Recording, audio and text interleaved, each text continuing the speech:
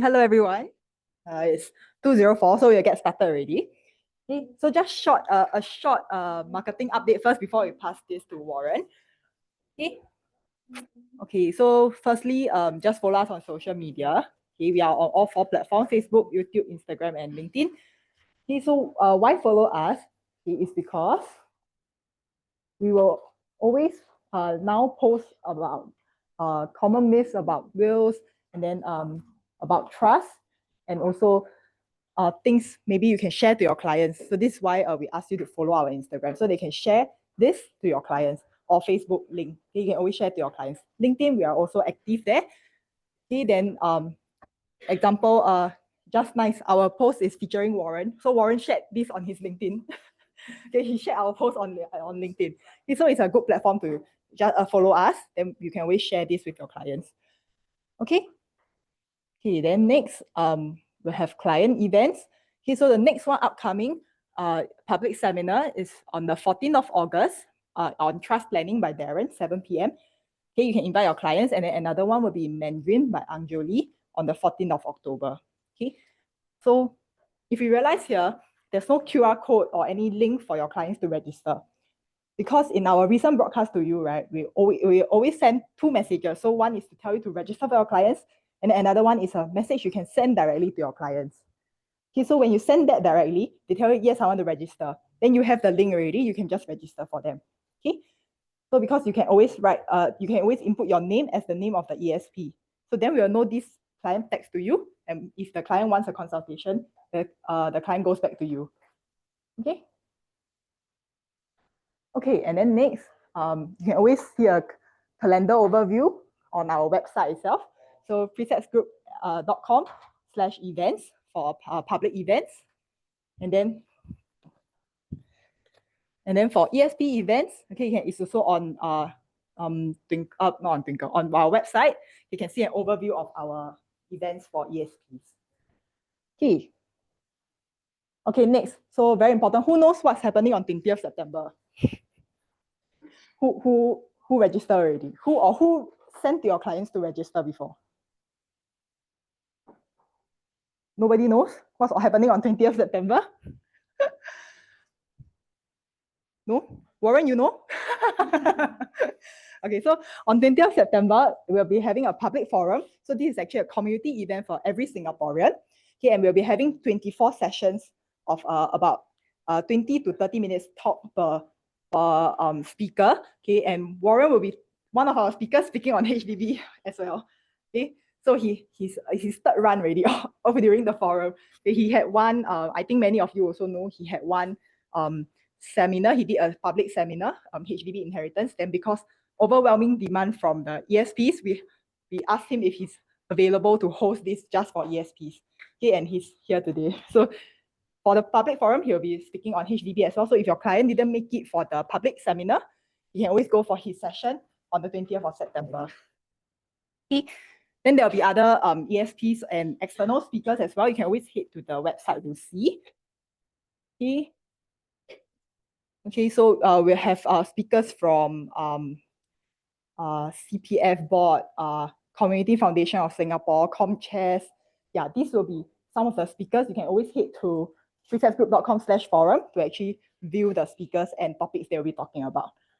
Okay, so you all can take note of this date and the time. Okay, 10 a.m. to 6 p.m. But rest assured, your client don't need to stay for the whole event. They'll need to choose a maximum of 4 events, 4 talks that they want to attend, and they die want to know about. Then they just register for the talk. Okay, it's staggered timing. Okay. Okay, so when you head to the website, you will see something like this as a banner. Then it's some questions for them to think about, okay, before they register for the talk. Okay. Next. Okay, so one event specially for ESPs by 4 government agencies, AIC, CPF Board, My Legacy, and OPG. Okay, this is an event on 22nd of August at 9 a.m. It's a legacy planning tools workshop. So there are still seats available. So do sign up for this workshop. It's a small fee of $10.90 as well. And it's at Lifelong Learning Institute. Okay. Okay. Okay. Next. Okay, so next we have an ongoing trust promotion. It's the Jubilee Trust Pack. It coincides with SG60. Okay, that's why it's called Jubilee. It's valid until 30th of September. And we do have single pack and couple pack. So this is the promotional pricing. And then what is included is intermediate will 1, standby trust, executor appointment, premium lifetime custody, and the trust disbursement fee. Then if you need LPA form 2, it's an add-on. Okay. You can always head to presetsgroup.com/jubilee to take a look at this trust pack. Okay, so last one. So as you all know, we have client prospecting kit, and most of the time, you all will start off with framework. And then you'll give clients some pre-reading materials, and then maybe if they want to know about trust, you will give them the trust presentation kit. Okay, but then something changed with the framework. Okay, this is the old one where you have slide deck, you have the script version, you also have the soft copy. Okay, so now y'all also received the handouts, right? So actually we already split into two. This one is called the discovery, one is called the framework.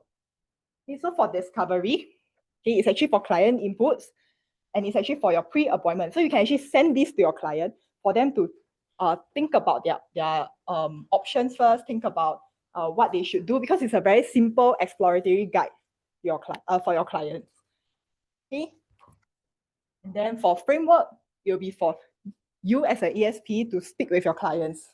Okay, because it will be a more in-depth planning on what they should do with their assets after they identify their beneficiaries, they identify their executor, okay, and then they identify what they want to do with their assets. Okay, then you can prepare for recommendations using the framework.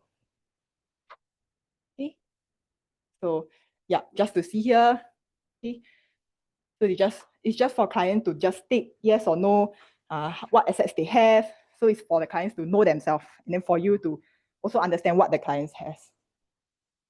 Okay. Okay, and then for framework, yeah, so you can see more in depth. Okay, so that's why it's something that the ESP should go through with the clients. You can purchase this if it's one set at $3 now. Okay. Okay, so that's the end of my marketing update. Okay, so for now we have Warren here today. He's a very long time ESP with us already. I think since 2013, I think 2013 about there. Yeah, 2012 around there. So he has been here for many years, at least 10 over years already. Yeah, so he's very experienced in estate planning, and he plans for many clients. And he's also one of our executive club members, holding I think at least 3 to 4 years already. at least, yeah. Okay, so today we are very honored to have him. Okay, can y'all give me a round of applause? I speak so long already. Give me a round of applause. Okay, yeah. So don't hold your applause. Okay, now let's welcome Warren here.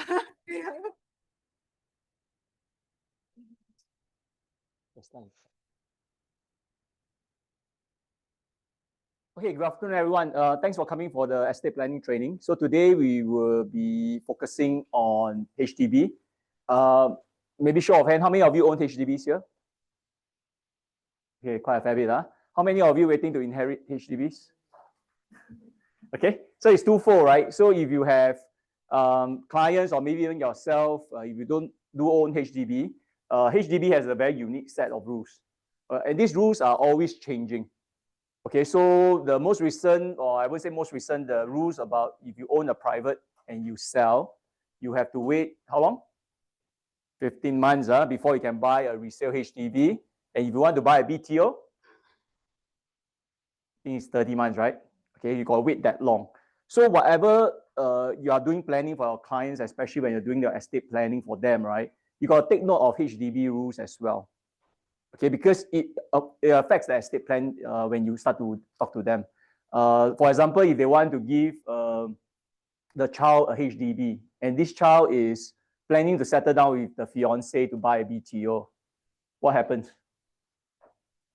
Can they own the child owns 2 HDB? Cannot, right? Then that will becomes problematic, right? Because the child is supposed to receive the HDB. Then now you put him in a situation whether to sell the parents' HDB or to give up the BTO.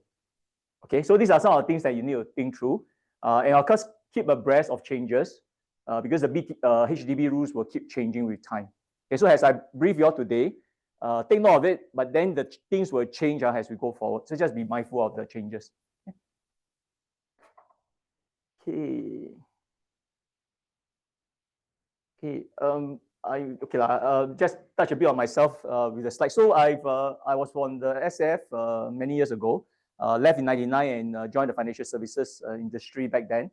Of course, I've been with Precept since 2012. Back then, they were known as Rock Wheels. And I would say Rock Wheels, of course, the rebranding happened during COVID in 2020, and then we are known as Precept today. We are in a niche area because, as you are fairly aware, we are a wealth hub here in Singapore, right? And estate planning becomes a key instrument that we need to have in order for us to work closely with our clients to ensure that whatever insurance that they have, whatever property and investment that they own is properly managed and distributed. Okay, if you don't have a proper estate plan, there will be a lot of leakages. Okay, thanks. Of course, I've done my CFP many years ago. I'm also an AEPP. I hope some of you have, in fact, most of you have gone for the course and actually certified yourself as well. And of course, I'm a $1 Million Roundtable member as well. Okay, so this is a disclaimer from Precept. So later they are taking pictures and all this. If you don't want your picture to be used, you better let them know. Or because you read this means that they can use our pictures. Okay. Okay, what's Singapore's favorite investment? Property, yes. Okay, you go and Google ChatGPT, right? The first thing come out is property. Even if you don't want to buy, sometimes you just go to a showroom and shop also, not bad. I'll go and see all the model. And then you go to HDB Hub, right? You see Tengah and all this. It's quite a nice thing to look at. So again, it's a physical asset that Singaporean likes to own, right? And be it HDB, be it condominium, and of course, for those who could afford the landed properties as well. We also know that in Singapore, property has a few variations. We have leasehold property and we also have freehold properties. So again, understanding a bit of property structure is important in terms of our career. Yeah. Of course, we are not this, okay, or I can't use I. We are not tax attorney, we are not property agents, we are not here for a property investment seminar. But we need to know property rules, okay, because you need to advise your clients when it comes to distribution of their property as an asset class. Yeah. Okay. So this will be the agenda for today. Okay. I would say probably I'll do it slightly differently from a client seminar, because client seminar, a lot of time they come to receive information. But I guess for a training session like this, you guys will probably have some experience on the ground that you could have encountered when you engage your clients, right? So at any point in time, just feel free to raise your hand and speak up with a question so that the whole class can hear as well. And I try to do my best to answer those questions. If I don't have the answer, of course, I'll find out for you before I give you all a reply. Yeah. Okay. I don't know, 4 C's.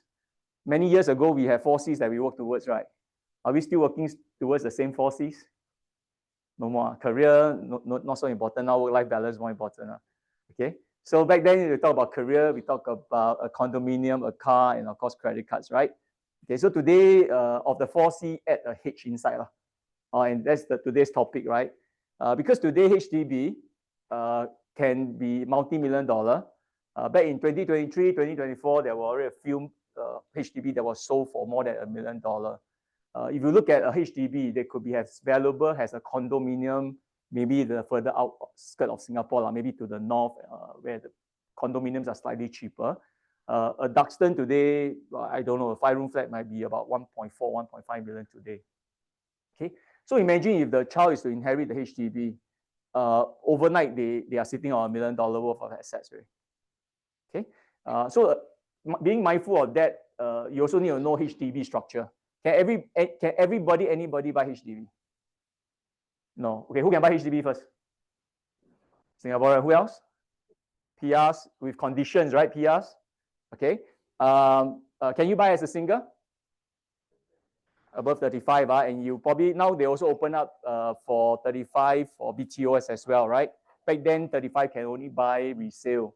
Currently, the government is talking about 28 years old, right, to buy the HDB, right? because the politics, right? The opposition say 28 should allow Singaporeans to buy HDB. It's a new set of problems. If they allow 28, I mean, how many of us settle down at 28 years old to buy the first property with our spouse? Okay, so you will allow a young person, 28, to own a HDB, again, then you have a different set of problems. Or when the two come together, each own HDB, right? Then who sell which one? Or and then if we within the MOP period, then how? Okay, so a different set of problems, but again, that's for the policymaker to decide. Okay, so again, the key thing here is today, if all of us are healthy, living and moving around, is never an issue, right? Issue always happens when someone dies, and that's where implication comes in. That's where problem comes in. Okay, can we hold HDB in the trust? No. Anyone know why? Why HDB cannot be held in the trust? Okay, correct. Okay, so the HDB Act, right?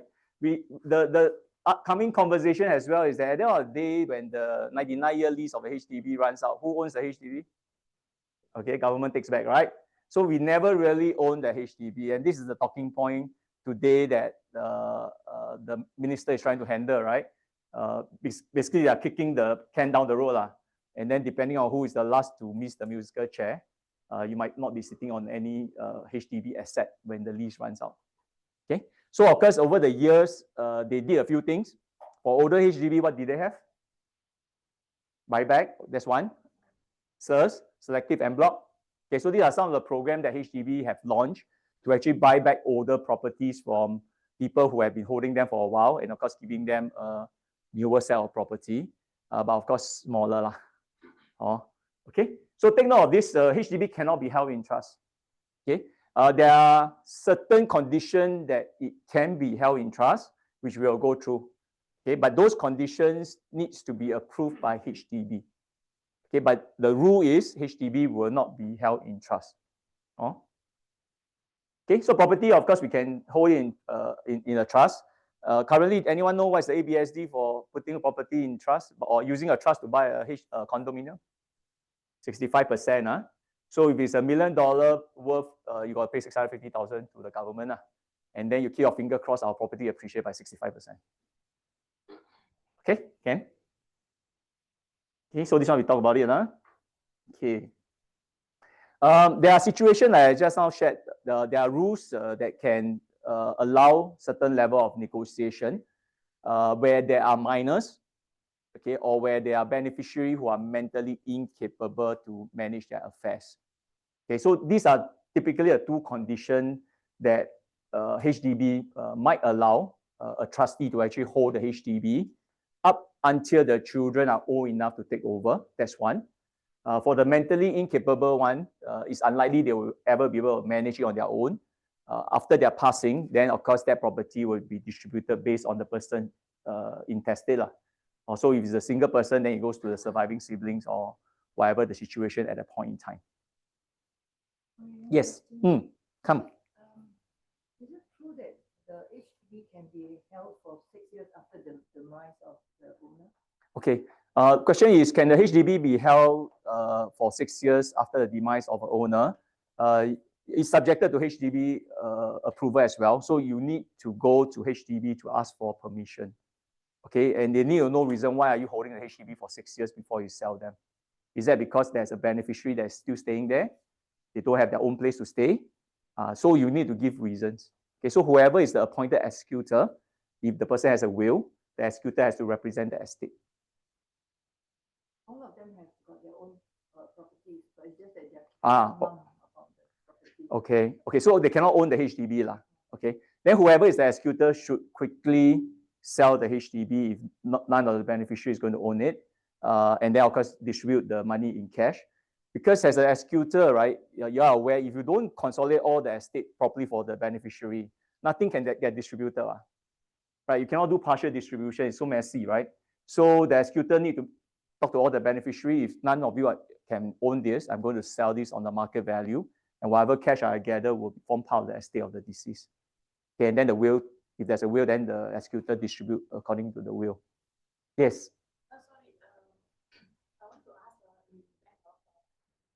Mm. Mm.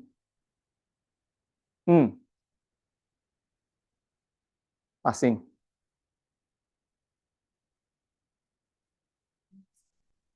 Okay. So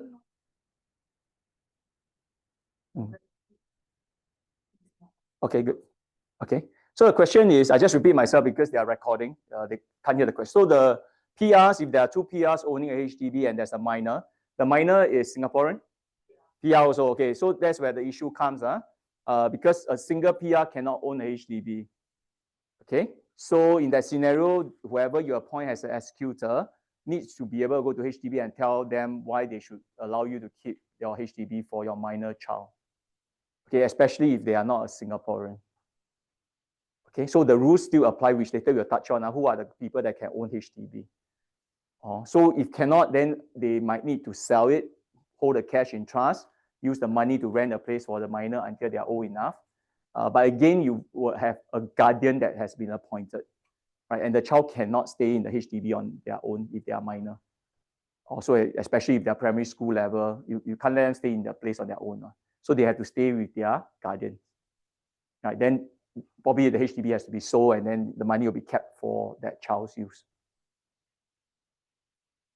Okay? Yes.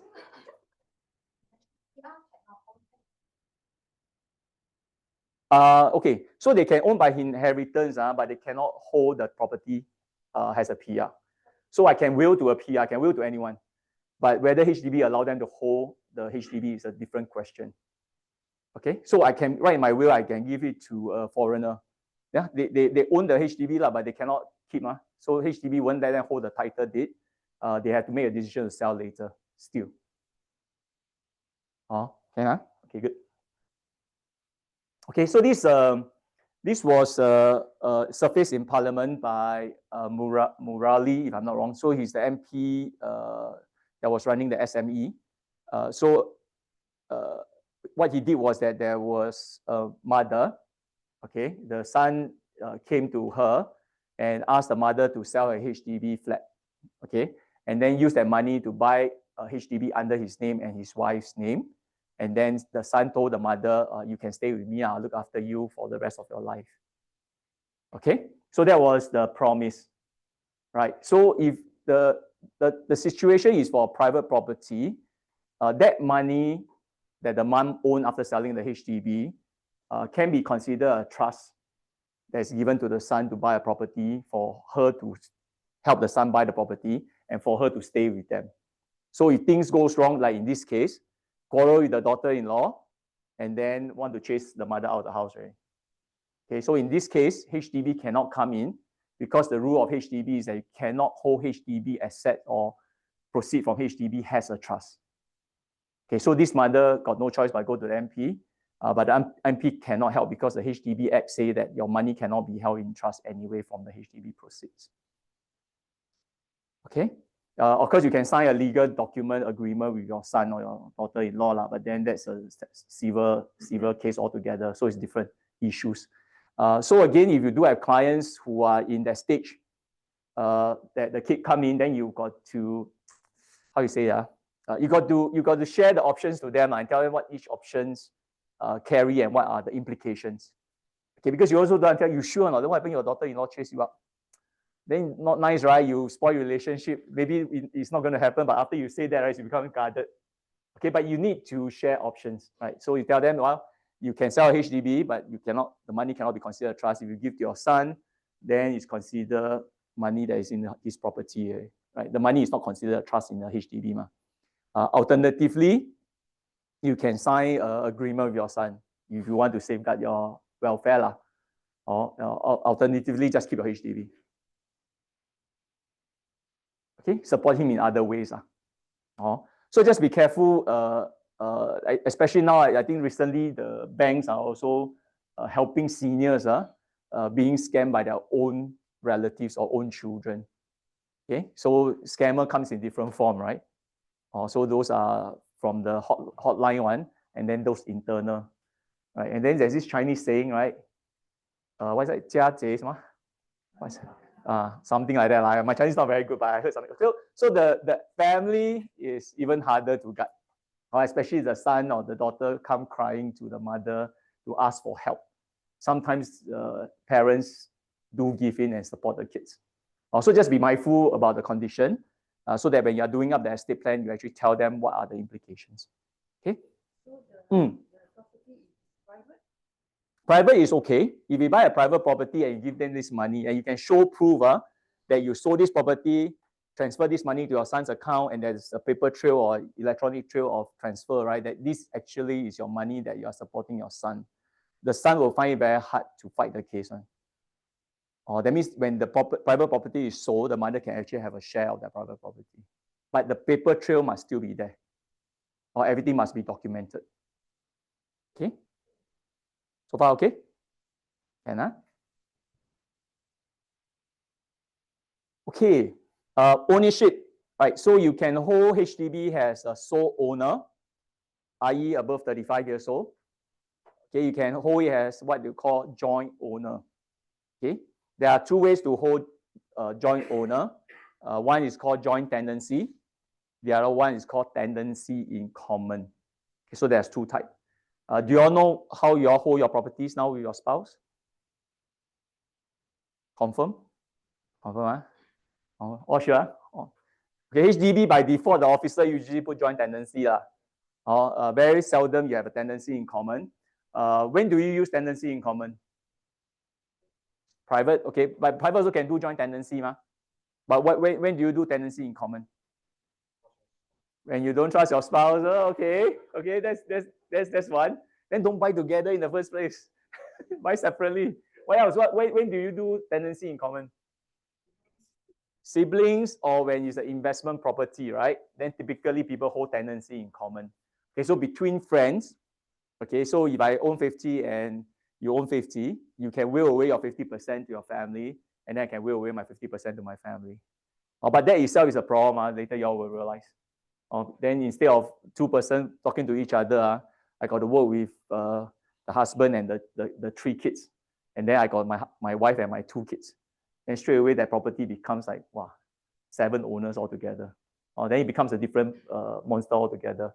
So for joint tenancy, with regards to ownership, okay, so joint tenancy is a powerful instrument because it's by survivorship clause. So whoever dies first, the other person takes over the property immediately or automatically. You don't need a will. Okay, even if you have a will to say I want to give away my HDB to my son instead of giving to my wife, who is my joint tenancy owner, it's not counted.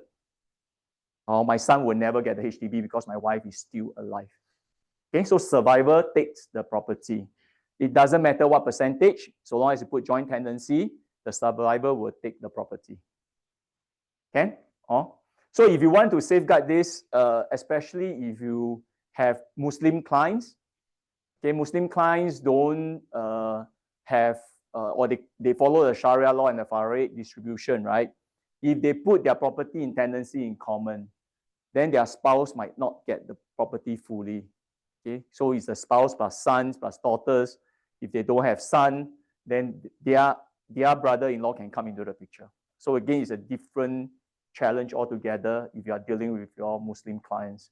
So if they're going to buy a property, or if they're already bought a property but it's tenancy in common, maybe you can advise them, why don't you consider putting it on joint tenancy?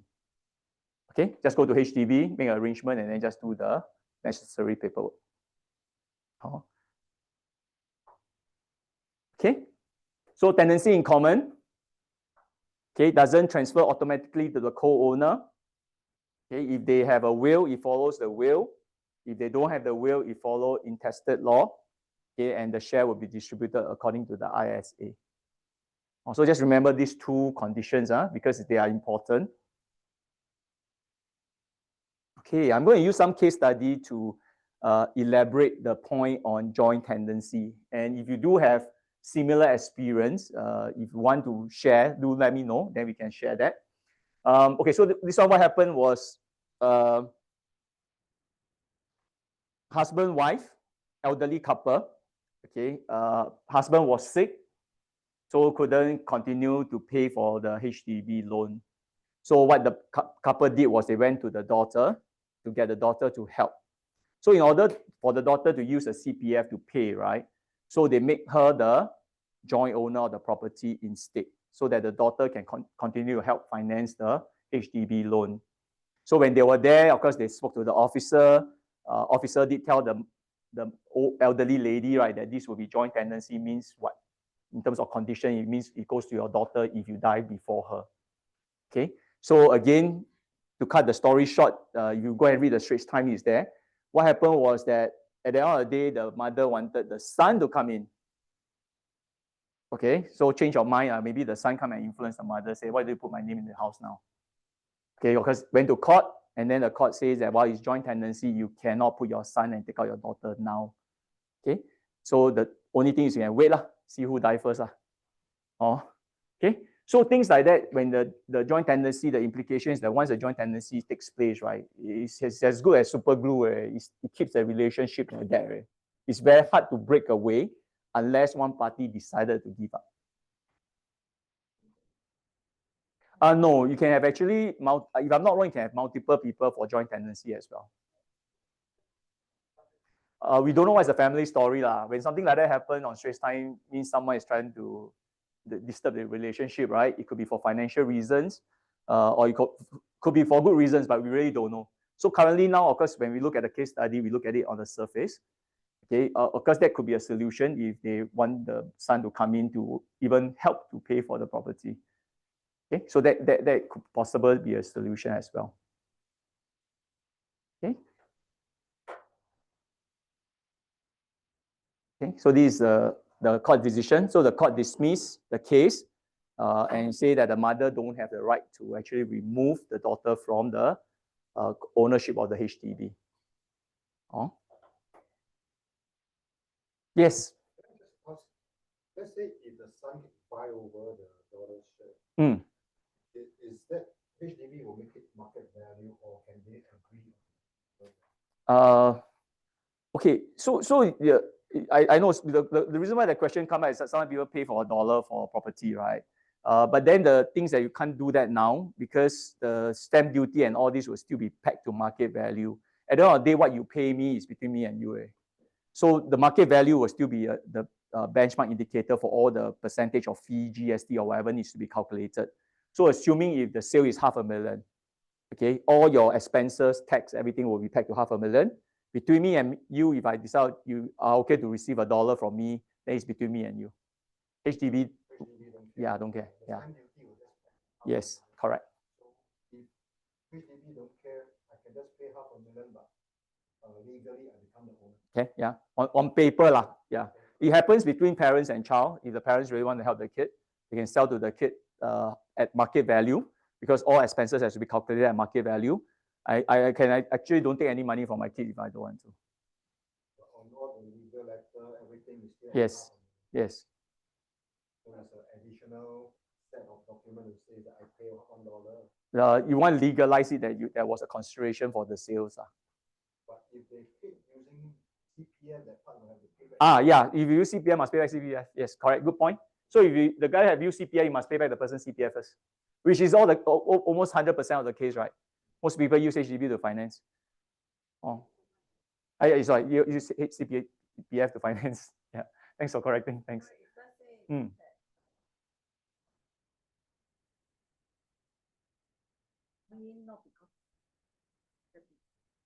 Okay, so even if not for mortgage, if I change the owner to my daughter and I still pay and I make her the joint owner, then you will still be a joint tenancy. Okay, no, because both persons sign at HDB to say that I'll be the joint tenancy owner. Unless the daughter give up her right. So once you sign the joint tenancy agreement, is sealed. You need the person to give up the rights. You give up the right, but you have to pay the new owner get to pay back. Correct. Yeah. So if I take my CPF, and especially if I've not reached 55 and not meet the full retirement sum and all those regulations, right? Then they have to pay back to my CPF. Oh, okay. Okay, so take note, the last box, a will cannot change joint tenancy. Also, it's cast in stone once you do joint tenancy. Sure. Initially, when the client writes, it's actually joint tenancy. Subsequently, the property was sold, and right now the tenancy in common. Property was sold, so they bought a new property. Then tenancy in common. Then you'll be based on tenancy in common, right? So based on your mail, yes. Okay. Again, the review is definitely called for if there's a change of asset holdings, and of course there are change of beneficiary. Definitely need to call for that. But if you do, some of you might do 100% residuary estate, right? That means you cover all together. Then if you don't want to change, it's okay, because 100% of the person's ownership is distributed by percentage anyway. So that reduces the cost of writing a will. The person don't have to keep changing. So a time when you use more than a will is when there are complex assets. Okay, the person own investment properties with brother, sister, and then commercial property with maybe a friend. So when they hold asset across different spectrum, different people, right, a will might becomes a bit harder to govern the distribution. Okay, so then that's where you all can come in to advise whether a family trust makes sense to actually be set up to actually govern those assets. So if the property is held under rescue,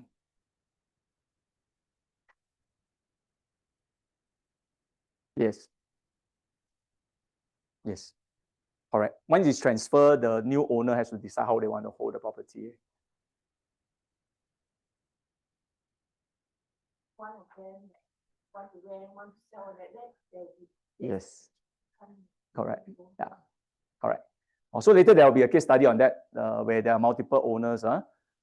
So again, property itself is fiscal, so it's a bit harder to manage. Whereas you have cash or even things like stocks and shares or unit trust, right? It's quite easy to split unit trust units and shareholding.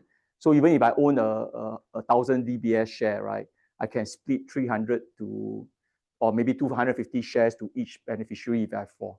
So each of them will own 250 shares of DBS. Okay, and that can be done easily. Okay, but HDB or property, sometimes once you have 4, that means you have 4 owners. Okay, then it becomes complicated. Or who to rent, how much to rent. There's just too many things to govern, right? Okay. Okay, tenancy in common. Okay, so this one, classic case. Brothers hold the property together, 30%, 70%, and they held it tenancy in common. So the deceased owned 30%. He passed away and he did a will to give 30% to his spouse.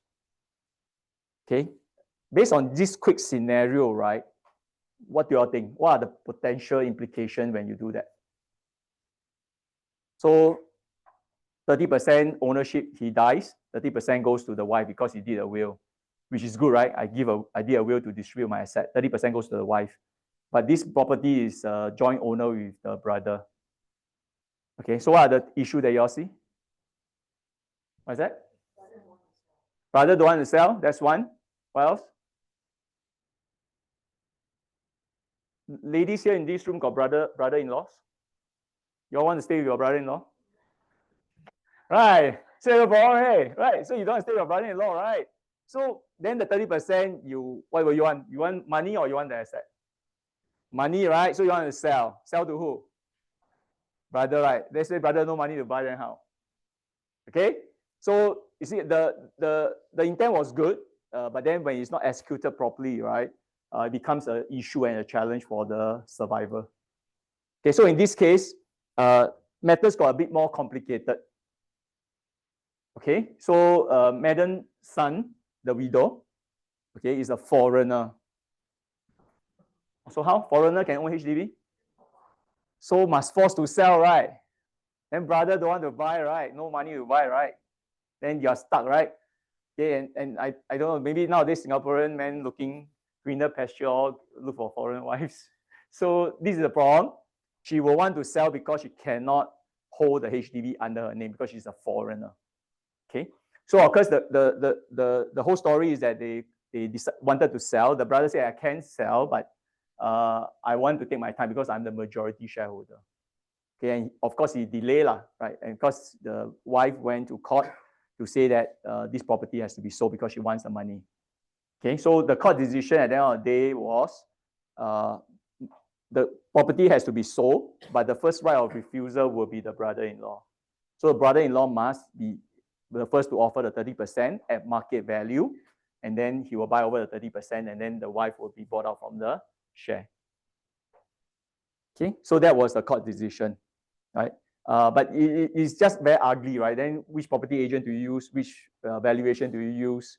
So there are a lot of issues that surface. So the court will have to make a decision in terms of how this has to be resolved. Okay, and the moment you're involved, the court, what happens? Money, yeah. So instead of 30%, maybe you only get 25%. Because after paying all the legal fees and all the hassle of going through all the process, right, the actual share quantum drop because there are expenses that needs to be paid. Okay, so again, the deceased has good intent, wanted to take care of the wife, but then in this case, the wife is a foreigner, can own HDB, and then the wife, I don't think any sister-in-law, brother-in-law want to stay together. It's very, very difficult. Okay, so in this case, of course, what they can do is that they can write a will, give the 30% to the brother lah. Okay, so that the brother owns the 100%, and then of course whatever other asset he has, liquid asset, right, give to the wife instead.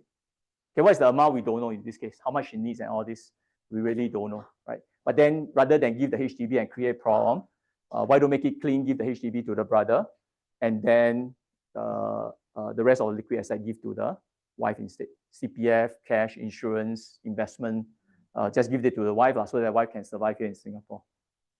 Yes.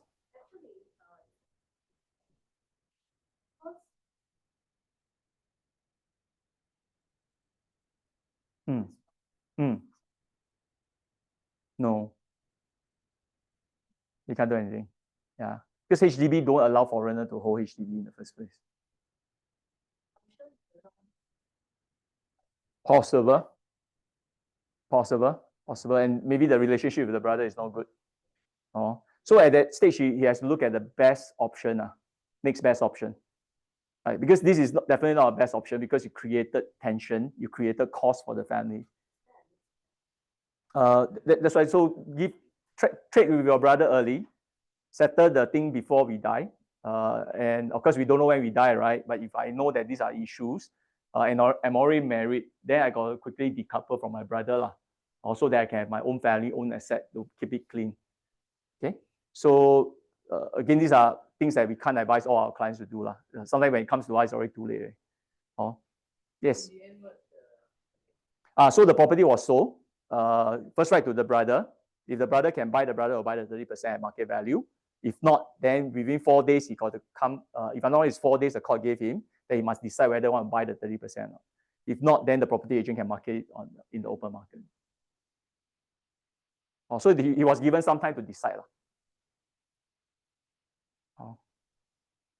Yes.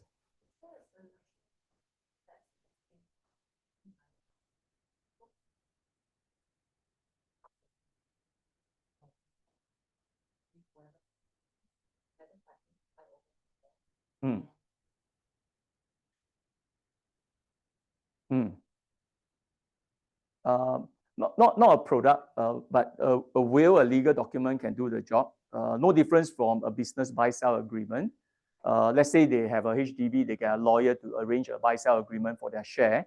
And if it's funded through either cash or their insurance proceed, then an insurance policy must be marked for this particular purpose. Yes. Yes. Currently, Precept don't arrange buy-sell, so usually they'll refer us to a lawyer to actually help us set up the buy-sell agreement. Yes. In this case, 2 questions. Does the court assign the agent or can the brother and widow decide which agent they buy? Number 2 is, does they agree on the price or the agent has the right to come and find trade the price of the Okay, the first question I'm not too sure. I don't think the article say anything. The second part is.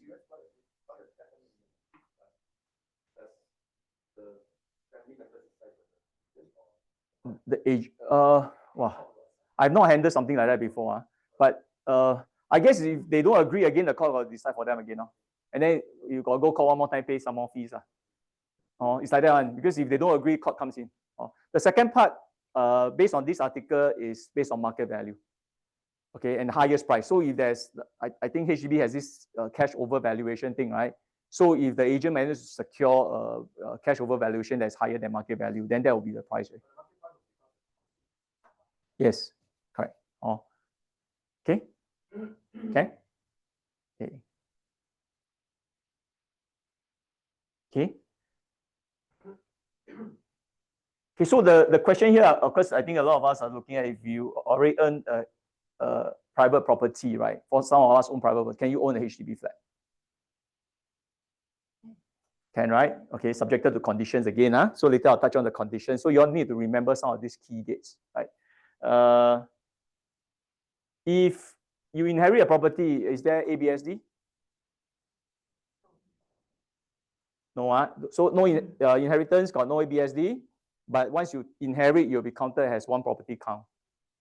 So if you have a private HDB, you inherit HDB, you buy a third private, the third one will be third property with the higher ABSD. Okay. Okay, so everyone can inherit HDB, but there's always a but. Okay, you must meet the following eligibility conditions. Okay, so these are things that some of us might already know. Okay, so just do a quick recap. Okay, so you must be at least age 21, okay, or 35 if you are single. Okay, so we touch on this. The PR I put an extra. So PR cannot own on their own. They need to own with 2%. Okay, and they cannot own BTO. They can only buy resales or own resale flat.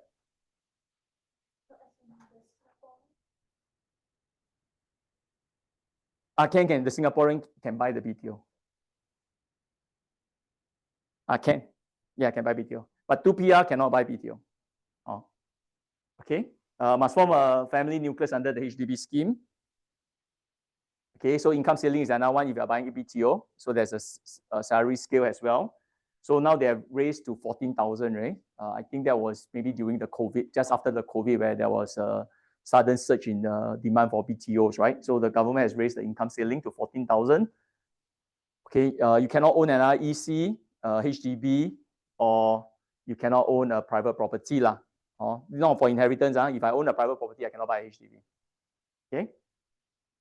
Okay, this one, it can be tricky. If you own a BTO flat from someone that is giving you, and it's still within the MOP, okay, and you want to keep, you must fulfill the MOP. So you either sell it, or sometimes you can't even sell, right, because it's under MOP, right? So this becomes a very tricky situation. And that's when you need to go to talk to HDB. What is the rule on that? But there's an MOP condition on HDBs as well. So you can't sell it, and then you don't want to sell your own flat, then that becomes a problem as well. Yeah, but sell back HDB, not much money, or market value more money. Okay. How about recently, or not one recent, for a few years already, there's this thing called the senior BTOs. Have you heard? The 30 years lease one? Okay, how about those HDB? So can I will away this BTO to? Cannot. Okay, so for the senior BTO, the 30 years lease one, actually the person who stays there don't own it at all. They are on the lease. Okay, so they pay a lump sum upfront and then they draw down. Okay, however, when the person dies, okay, if they have a will, whatever remaining balance of the lease amount will be actually given to the family's estate. Okay, so this is another BTO that you need to take note, slightly different from the one that you buy from HDB direct. Okay, so and these are the other issues. If you own a private property and you sold it, then can you own a HDB?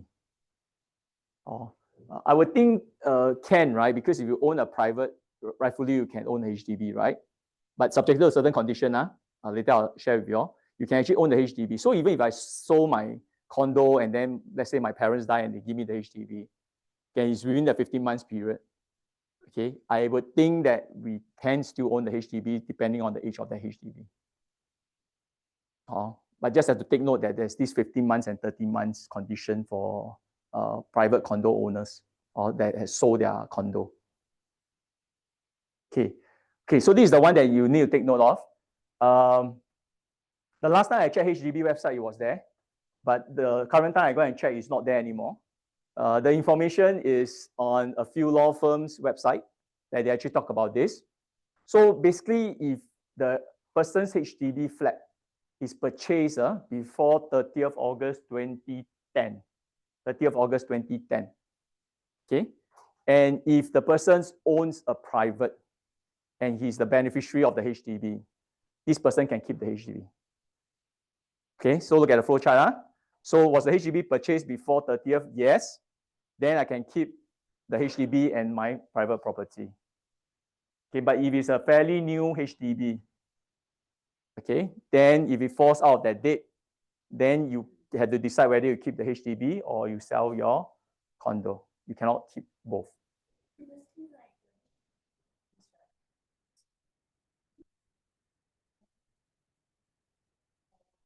Correct. Subsidized will be all the BTOs. All the BTOs are subsidized housing. Yeah.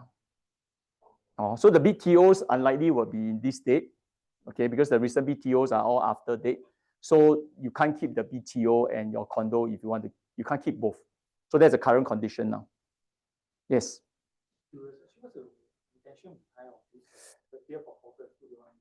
I guess it's the cutoff date that the HDB came up with to cut at a certain point, to say that if people want to keep the HDB, right, and they already own a private, do we allow them to keep?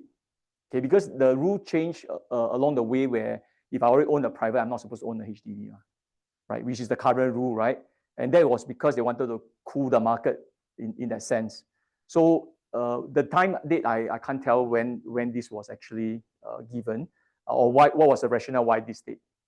I can go and do some research, but I got a feeling it's probably a date where they feel there's, I'm going to cut here, and then anything before that, yeah.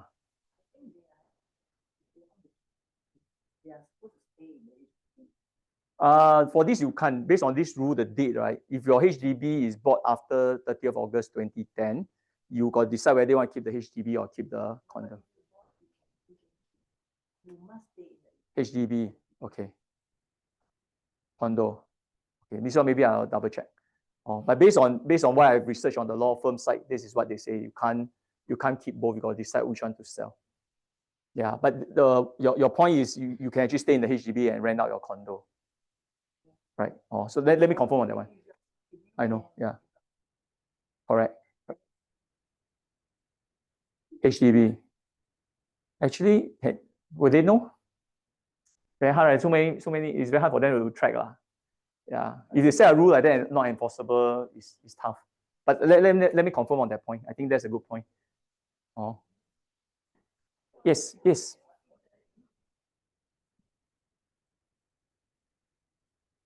Okay, so HDB usually give a window of 6 months each. Something along that line, 6 months window. Yeah, it must have valid reason. Like if you're overseas, you got no time to come back to settle, fair enough. You show the passport that you're overseas. Or if the person is going through childbirth, maternity, good reasons, I think HDB are generally okay to accommodate. Yeah. But you just sit there and do nothing about it, then it's a bit hard for them to keep approving your appeal. So 6 months window, typically they give in terms of blocks for you to make those transactions to be completed. Okay. Yes. Then you got to decide which one you want to keep. You only can have one HDB. Confirm that one, you must sell one. Yes. Elderly parents and the son around 40 plus years old, and the son actually owns another private property. So actually, in the will I draft it, whoever survivor, the will the parents back up the will. So their wishes is if 3 of them pass away, so it will go to the grandchildren. Okay. So the question now is if the previous 2 elderly parents pass away first, because I was not aware about this So if let's say the son, yeah, he is the last surviving joint owner, but he has, yeah, maybe the property is owned after that. But he's also a joint owner of the HDB, right? Joint tenancy or tenancy in common. So he don't have to sell, he becomes a direct owner, right? He probably bought, no, so which one did he buy first? Because did he have the HDB, then he bought the private? Have to, right? But no, but there was a stage where you own private, you can still buy HDB, but that was a very long time ago. Right? So I don't know how long this duration is. So the son owning a private at HDB means that he must have bought, which you need to know what's the timeline, which one did he buy first? Yeah, because there's implication. Yeah, but because if you have a private now, you can't buy HDB. So it's probably not now that he did it. So he probably did this. Shouldn't be an issue, but you need to look back to the history of the purchase, right? How did he even come to this stage where you actually own a HDB and a private? Earlier you can own a HDB and buy a private, right? Now still can, right? Yeah, but pay a lot ABSD lah because it's considered a second property, yeah. So just look at the time frame. Of course, giving to grandchildren. How many grandchildren and different family? Okay, and you want to give the HDB to the 6 grand, sell it off. Okay, can. Okay, sell off is the best. Sell, then distribute the cash to the 6 grandchildren, and then they carry on their life. Or don't burden them with the HDB. Can? Yes.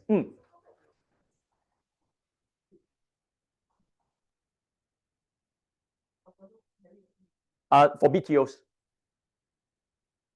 So if the okay, so again, you look at the different scenario. So this scenario, let's say if the parents own the BTO, then the son is going to inherit, but the son is already earning more than 14,000. Let's say it's earning 20,000 a month, and you want to give the BTO to the son.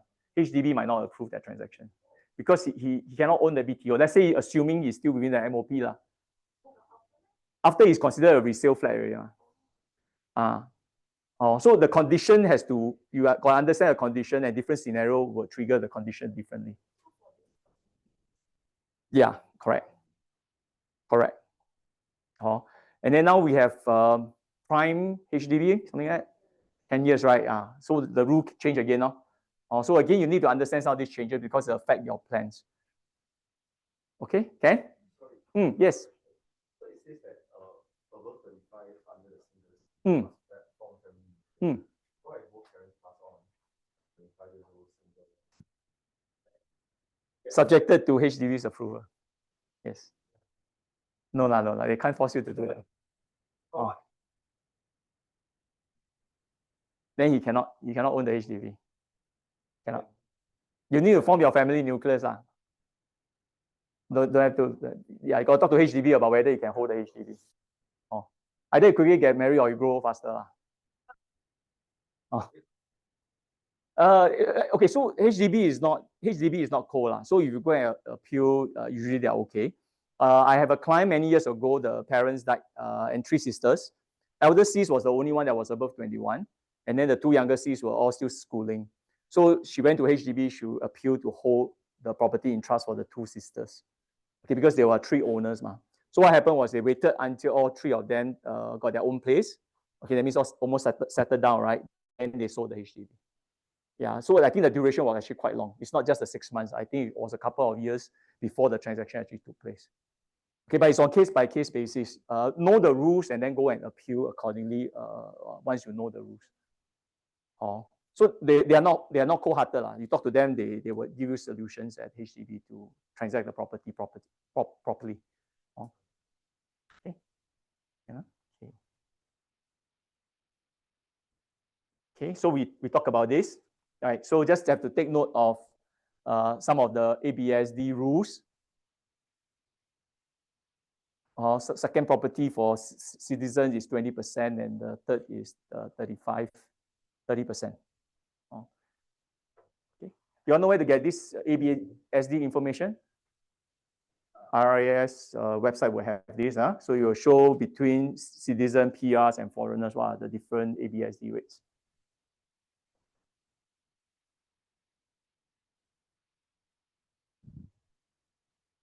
Okay, you're still okay, huh? I just press on for one more slides, then we can take a break. Because you pay money, right? $10 or something. And I think they cater food for you. Also make sure you make your $10. Okay. Each one can take only one, I think. Okay. Okay, so what can you do? Right. So for yourself or your clients, you need to do a bit of housekeeping for them, especially if you are in a conversation with them for estate planning. You need to have a conversation with them about how they intend to distribute the property. You need to get them to check. Don't assume. Get them to check how their HDB is being held. Okay. And of course, that's when you talk about setting up the will, right? And how the asset is going to gel to actually flow to the beneficiaries. Okay. So in terms of HDB, do you all know where to check HDB website? Okay. So what you need to do is you need to go to the HDB website, log in, use your SingPass. Okay. You can actually see the owner. You can actually see when the HDB was purchased. Okay. So that is important, right? Because you want to know whether it's before 30th August 2010 or after August 2010. Okay, it will also show you how the property is being held, whether it's tenancy in common or joint tenancy. Okay, so you all must know where to search so they can tell your client to double check. If you really want to be detailed about it, ask them to do a print screen, send you a print screen so that as you are planning for them, right, all these are actually taken into consideration. So everything is transparent, everything is above board, so the beneficiary won't challenge you. Okay, so we know HDB cannot be held in trust. Okay, and I think the last point here before the break is that property is complex, because it's a physical asset. So if you want to distribute, think through properly how you want to do it, and then look at the beneficiaries as well. Okay, so yes. This one is a general question. Assuming they're very young, so the guardian will come in. Would it be a possibility that the guardian, after 1 or 2 years, sell away the house, that the child could just stay with him and take away the okay, so that's not the selling of the house is not the job of the guardian. It's the job of the executor trustee. So whoever is the appointed executor trustee, if there's a will be the one that decide how the HDB is going to be managed. Right. So that's the job of the executor trustee. Guardian only take care of the welfare. Okay, so that's one. If they don't have a will, who manages the estate? Administrator, right? So the administrator steps up. So who is the administrator? And how does court appoint administrator? Okay. So if I'm a family member, I know my nephew is going to inherit $1 million HDB, I will volunteer. Okay. And then if many administrators come in, then how the court decide? Closest, most trustworthy based on court's eyes, that this person is okay to. So again, if there's no will, administrator comes in, the whole transaction cost time becomes very expensive, very long. Okay, so that's why the will is important, right? So to answer the question, the executor trustee will have to come in to decide whether to sell the HDB or talk to HDB. Can I rent out this HDB because the parents wanted to give this flat to the child or the children? Okay, so the children cannot stay in the house. Okay, because the guardian has to either stay with them or the child stay with the guardian's house. And most likely the guardian will want the children to stay in their house, won't stay in the house of theirs. So the house will have to be rented out, and the executor and trustee has to arrange for the property to be rented out. Okay, and all this money goes into the estate account, so that the children at the end of the day, all this money belongs to the children still. Okay, so stealing money, all this is a different topic. We have seen enough article, uncle, executor, and then they execute, then after they squander away the wealth. You can sue, but then after you win the case, right, you go to the bank account, no money, or no point. So to answer that question, you all know Precept can be a professional executor trustee, right? If they are not sure, or they don't have anyone they can trust to manage money, or they want to keep money separate from welfare of the children, okay, they can consider engaging Precept to be the professional executor trustee, and then the guardian just take care of welfare. The money will be given out by the trustee to the guardian to look after the children. Okay, so what happens if they say so expensive? Heard before? Oh, must pay professional executor trustee, must pay money, right? You know, pay by AUM, right? 0.5% of $1 million is $5,000 a year. A lot of money, right? So how do you handle? Expensive.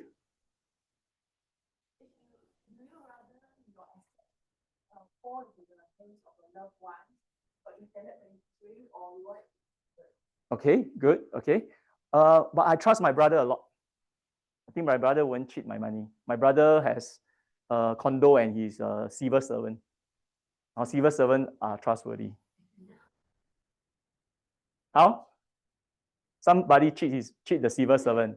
Possible, kena scam, right? Okay, that's one. But what else? If I say I trust my brother, in fact, maybe I appoint my brother and my sister both as joint executor trustee. 2 persons should be quite safe, right? Okay, they could die, they could fall sick, they could have own family issues, they could migrate. Okay, what else? They have to agree, okay, which might be a good thing. Because if you have joint executor trustee, might be better than having one who solely decide everything, right? Any other things that y'all can use to handle objection of paying for professional cost money? Parkinson's disease, okay, become mentally incapable, possible. What? Check and balance, good. All right, but I got 2 joint executor trustee, ma. They still can cahoot, right? Okay, possible. Any other ways to handle?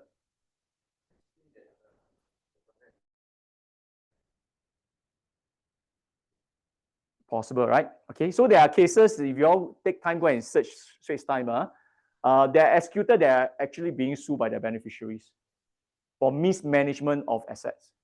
And mismanagement not because they tanu or they stole money from the asset, just that they did not keep proper accounting. They did not invest the money properly. Okay, and the beneficiary actually sue. Okay, so the relationship between nephew and uncle gets sour because of that. That's one. Do you want that to happen between your child and his uncle? That's one. Yes, there's a fee to pay. But if you appoint your brother, sister, are you going to pay them anything? So they do for free? Cannot. So do for free, after a while, will they get tired? Shouldn't I look after my nephew niece? So mafan. I don't even get a single cent. Then all this talk will start to surface, right? How about if they go to McDonald's with their own children and they bring your children along? Then eat McDonald's, right? Then how you split the bill? Bill the estate. Then or the child eat McDonald's, $10 set meal. Then send to school the petrol, how? Okay, so you see, there's a lot of issues, right, that you don't see, right, until you are actually managing it. Okay, but when you give it to a professional to handle, okay, they will give the allowance to the guardian. This is the money that is catered for the child. Each month costs 1,000, 2,000 to manage. And then that money is given to the guardian to use it for the child and which he wants. Tuition fees, school fees, clothing, lodging, transport, everything bao ka liao. Okay, and accounting, precept handle. Okay, investment failure, precepts responsible. Right. Okay, so again, you demarcate the asset relationship with the welfare relationship. Make it very clean. And then if you really want to thank your brothers, sisters, right, for doing a guardian job, right, just give them a gift every year from the estate, right? Or $5,000 a year as a gift to the brother and sister for their time to look after your children. Okay, so we have shared so many ways to handle expensive, right? So sometimes at $5,000, it's not a lot. Okay, if you got $1 million, how much can the 1 million grow at? Conservatively, 4-5%, probably quite high already. I give you 3%. Safe enough. Singapore Treasury, bills, government bonds. And then you take 0.5, you still got net 2.5. Okay now for your trust. Still got money left, right? You won't deplete the trust asset, right? So pay someone to do it, right? Rather than get your family member to do it.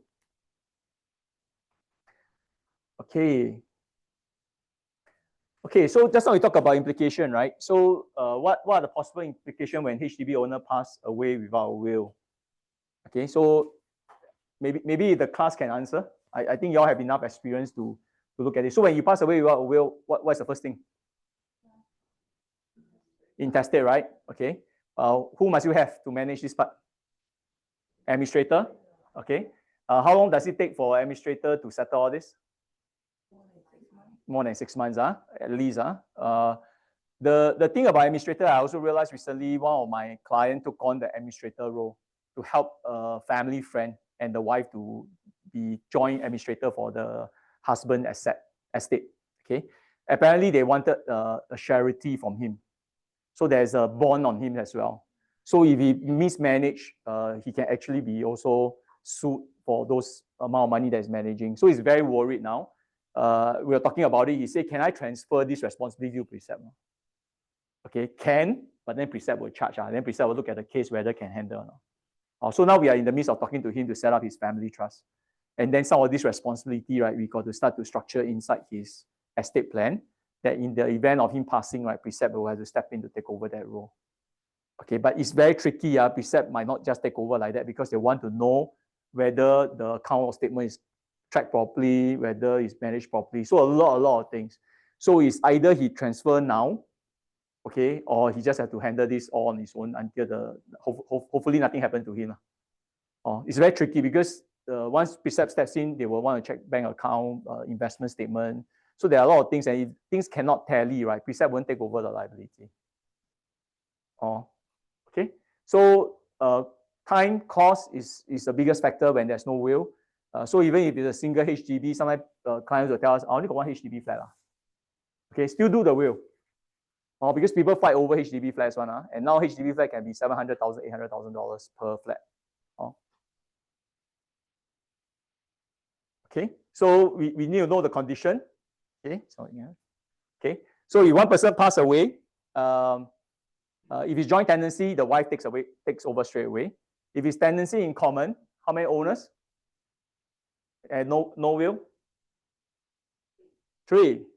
Right. Wife own how many percent? More than that? 75. Right, because the wife already own 50 assuming 50-50 tenancy in common. So husband die, 50%, 25 go to her, she got 75. The 2 kids has 25, 12.5 each. Okay, so again, it becomes complicated if the child are slightly older. That means they are in the midst of getting married or they are in the midst of getting their own HDB flats. And then now they become owner of the HDB, they might or they cannot buy an HDB flat with their fiancé. Okay, so these are implications that if you don't have a will and if it's in a tenancy in common, these are situations that you need to avoid. So conversation with your client has to be as detailed as that to find out what their holding is and how they plan to distribute. Or don't jeopardize the children because it becomes very complicated. Right? And then if one of the child get married, say, okay, mommy, I'm going to sell you the 12.5.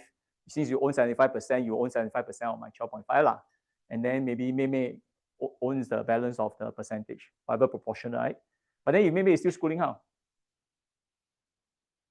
Okay, so these are issues that you need to look at.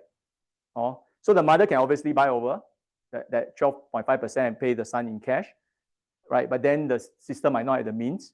So you just make things a bit more complicated. Okay, so can. Don't have to. So if everyone is okay, not like the case where the brother-in-law and the sister-in-law at each other's throat, if 3 of them are able to talk about things, usually no issue. Or when it comes on Straits Times, usually there are issues. That's why we get to hear about them, right? So, I mean, we do have seen many families who are very successful in transferring some of these assets without any issues. People are generally okay with each other. They are not haggling over some percentage of HDB. And those are nice cases to handle, but then we don't want to risk it. So if no, you can't. HDB property, they already stopped there. You can't transfer a gift to my child for $1. No more. You can't practice that anymore. You still got to transfer by the whole value, pay whatever stamp duty you need to pay. Yeah. Because then you evade tax. Then how we get our CDC voucher?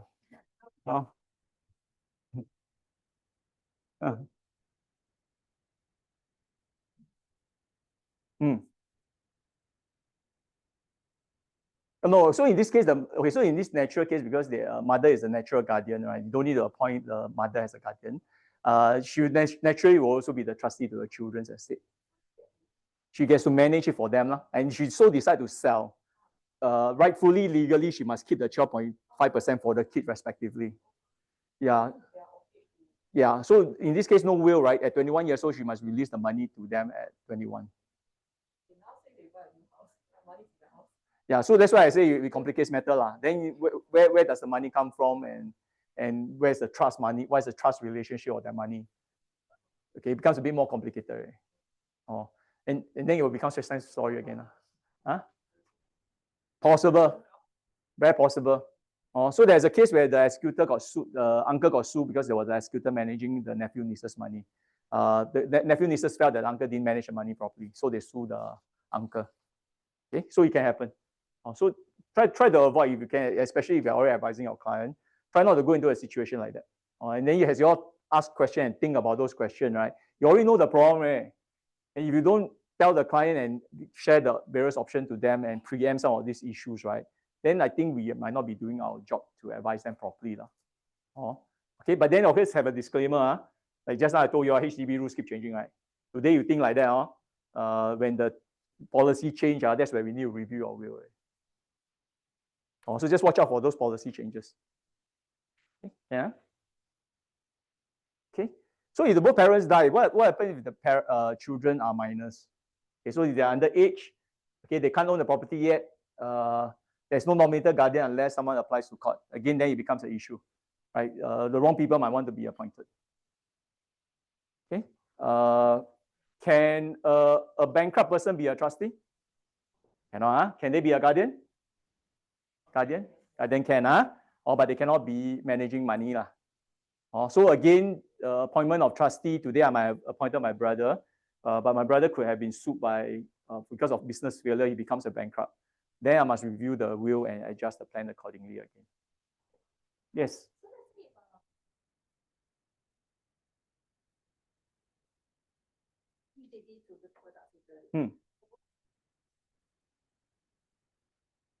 Possible, can. Very nice of him.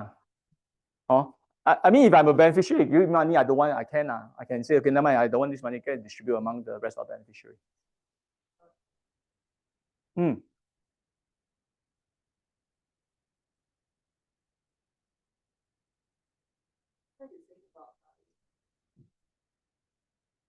Don't have to. I don't think need to. Okay, so if I'm giving up my share as a beneficiary, right? Because it's not a sale, right? So at the point the executor, when they manage all this, right, the executor can handle this part for the beneficiary. Of course, then he must do his job properly. Make sure this beneficiary sign a letter to say that he's giving up. Don't take it verbally. So everything must be documented.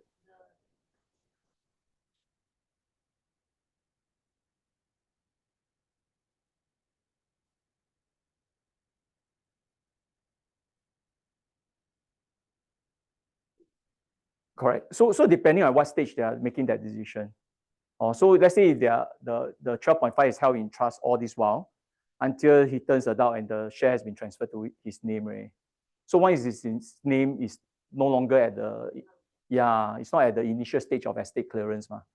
So initial stage of estate clearance, executor can still influence to make sure that all these things are done properly. If adult beneficiary choose not to want that share and say that it's okay, I give it to mommy, or let mommy have it, I don't need it.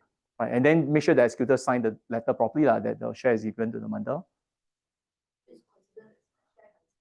Yeah. But you can't until if the name already transferred to his name, you can't do that, right? Because it's already in his name. Right? Also, depending on which stage of the ownership is, or if you have not transferred name yet, you can just don't take the money. Cannot. It's a bit tricky. Not yet, because you can't transfer before 21. So you still be held in trust. So whoever is the appointed trustee is still holding the HDB in trust, subject to the HDB approval. Cannot, because too young to decide. When they turn adult, because the house hasn't, the name all haven't been transferred yet, because HDB allow you to hold in trust. So nothing transfer.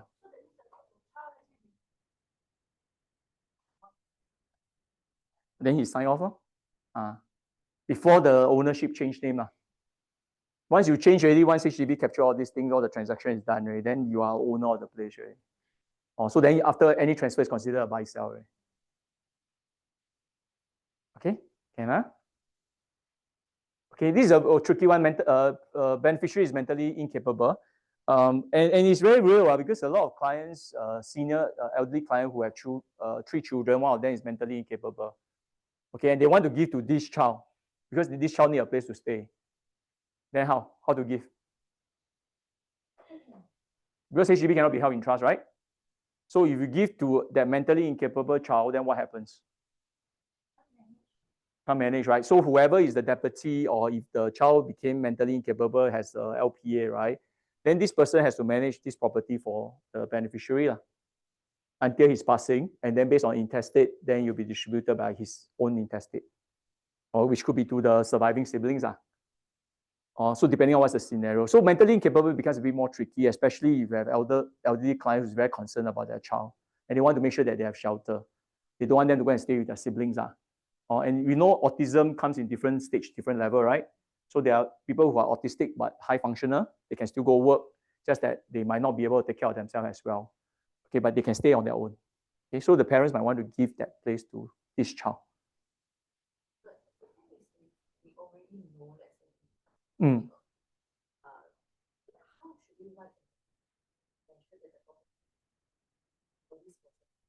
So you, correct. So when you want to do that, right, the deputy has to step in as well. So again, it's subjected to HDB approval. Correct. That means under the immovable clause, right? I give the HDB to this child. Yeah, correct. Correct. The executor all has to come in to settle out, talk to HDB. If can, then the deputy come in or the donee come in. If no need. You can put a clause inside to say that the reason why I'm giving to this child because this child don't have his own place. The other 2 child don't have it. Why? Just to safeguard the will from being challenged. So you can write a wish within your will as well. Okay, like yes.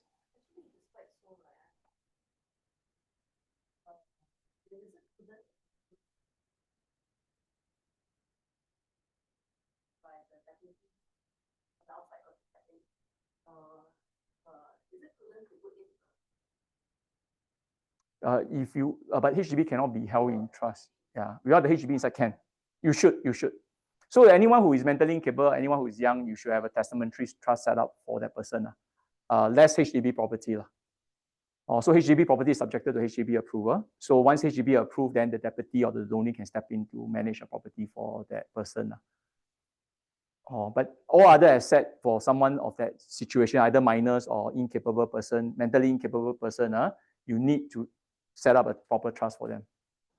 So if the property trust for that purpose, then can it be rented out? The deputy and the donee can make the decision. Yes. Okay. Okay. Good considerations, yeah. Okay, then okay, this is what we talked about it just now.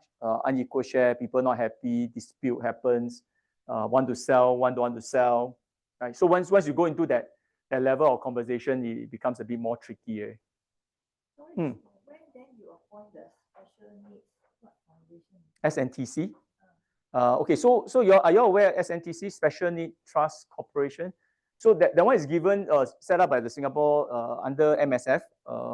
I think also OPG will come into the picture as well. The SNTC is only allowed for certain category of mentally incapable person. So not everyone can be inside. And they only accept liquid asset. That means cash or insurance policy to pledge to that trust. Property, they don't take. So they only take cash. And then the person passing, right? That means the beneficiary passing, all asset will go back to the estate of this person. They will not hold the money for future generation. So not like our standby trust where I can create a legacy, right, to benefit subsequent generation. The SNTC don't allow you to do that. Yeah, the child, because the money is the child's money. So it becomes an estate, and then you'll be distributed accordingly to the intestate law. Or because they can't write will anyway.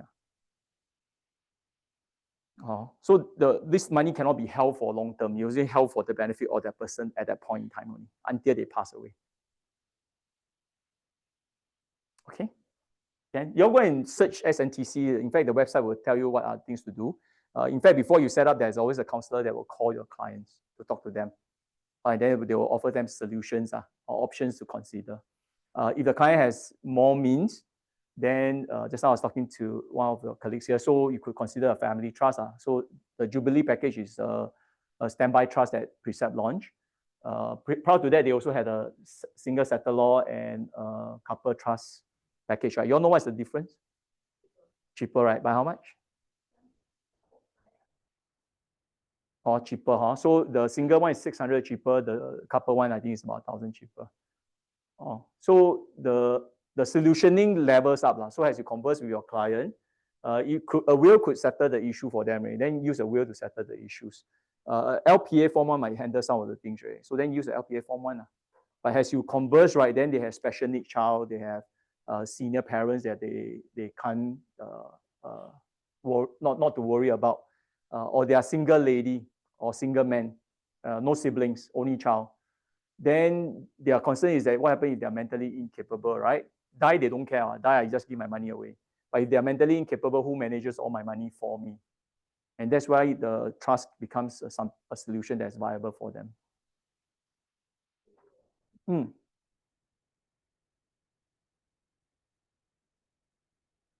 In terms of cost? Okay. In terms of cost, definitely ours is more, for sure. It's at least 5 times more. At least 5 times more. But it allows you to set up more things, because I need to be mentally incapable before I can use the SNTC. Okay, so if I'm setting up, I'm actually not setting up for myself, I'm setting up for my child who is disabled. So it's a bit different. The child itself cannot set up a standby trust with precepts anymore because they cannot make decision. So again, depending on where you're coming from, so it's actually 2 different needs. As a parent, I might set up a family trust if I have the means, okay, to set it up, and I not just worry about this child, I'm also worried about all my beneficiaries as well. Then family trust with precepts makes more sense. Okay, it gives you a lot more flexibility, because your letter of wishes can be a lot more comprehensive compared to just the SNTC trust. So there'll be a key difference in that aspect. Yes.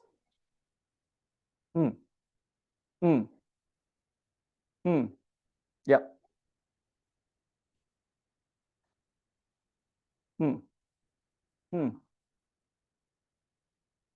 21. Correct. Yeah. Yes. No, not necessary. Okay. Okay, so it's always complicated when you have a situation like that, right? The system allows you to apply. So assuming this child is 5, guardian comes in to look after the child under 21. Once 21, the guardian role ends legally. Okay. The guardian, if they feel that I want to continue taking care of this mentally incapable child, needs to go to apply for a deputyship. Okay, because the deputyship might allow them to do more things like open bank account for them, apply phone line for them, all the things that we can do ourselves today, a mentally incapable person cannot do. Must apply. Yes, correct. Because you go to the bank and the person is 21, say open bank account, and you are the so-called guardian that you'll be looking after this person under 21. The bank will say, what's your relationship? You cannot prove relationship. They won't approve your bank account opening.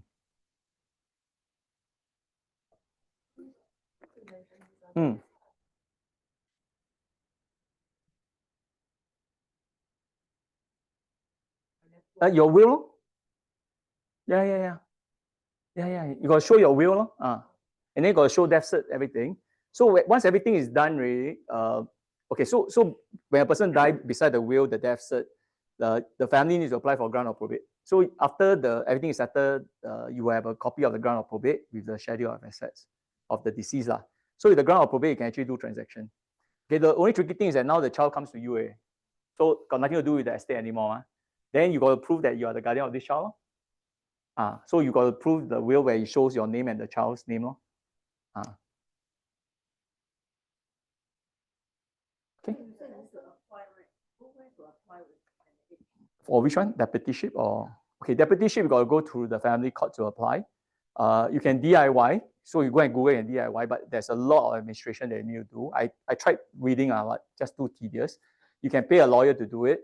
Lawyer typically charge between $6,000 to $8,000. to do a deputyship. Because it's not as simple as just I volunteer to do. Everyone has to be interviewed whether this person is the right person to be a deputy. So it's not a straightforward process. So encourage your client if they've not done your LPA, or if you have not done your LPA, please go and do one. Even if it's a Form 1, go and secure a Form 1 first. Appoint whoever you can appoint first. At least there's someone that can do your job for you. Without that document, things cannot move. Things cannot move. Yes.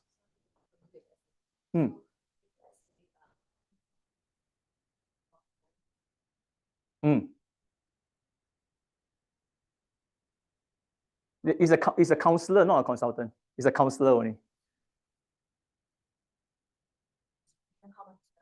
Yes.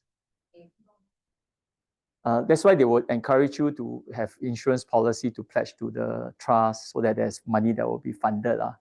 But there's always, yeah, very simple. Yes. There's a bit of financial counseling for sure. But if you are the advisor that's doing the job, you should be the one that's providing those advice to them. But you can't expect them to take care of all the nitty-gritty. So the money is typically not invested. It's going to be kept in very safe instrument like cash deposit equivalent. So there's no investment allocation at all, or they tend to be more conservative. And Precept has a trustee tends to also be more conservative if you don't say anything. So typically they'll put in cash. If you look at your will, right, if you have a testamentary trust set up before, right, in the will they always talk about safe instrument, bonds, and stuff like that. Unless you specifically instruct them to invest the money. If not, they will not invest the money. So if you are appointed as a trustee, like the saying, "Kiang zhe hou mai gei kiang," while invest crypto, I want to double the money for my nephew. Don't do this kind of thing. Just play safe. Okay? No one will blame you for playing safe. But you take too much risk, you lose the money, then you got to explain why do you do it. Okay? Can? Good.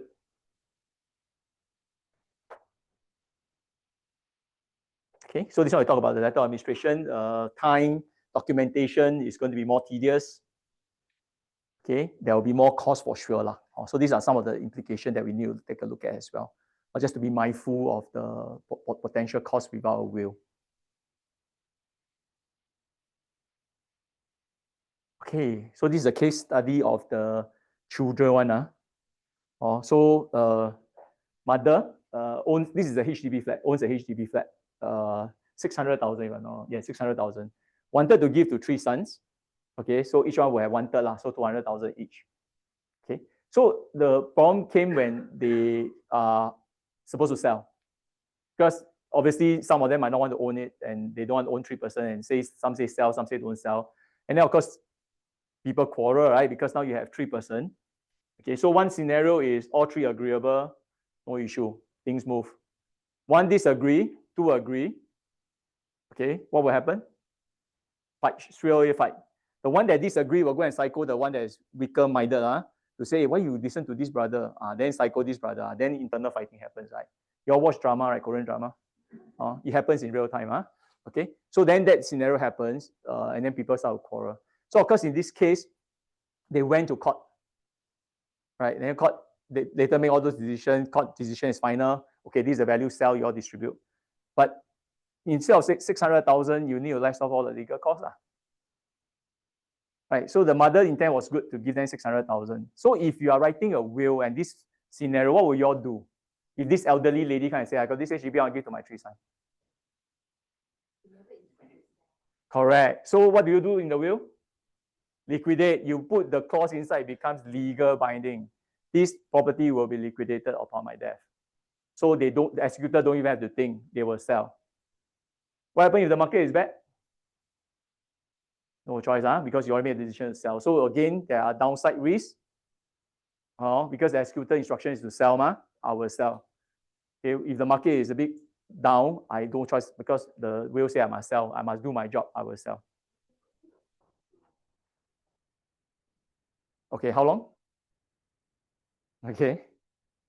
Okay, so 1 year the property price can go down even lower. Yes. No, but then if like her point is that if I have a 1 year period to describe, then the executor has discretion call 1 year.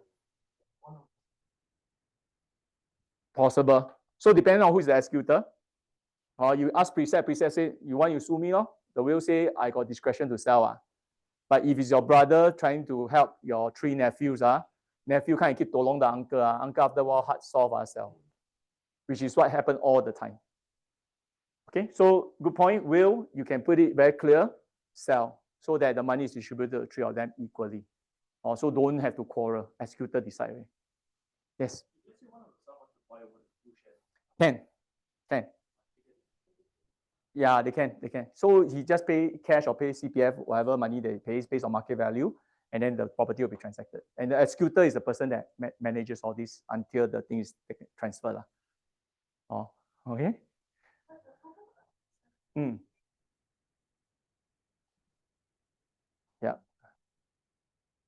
Yeah. Yes, correct.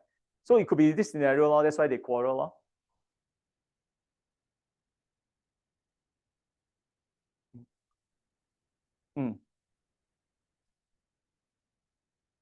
Yeah.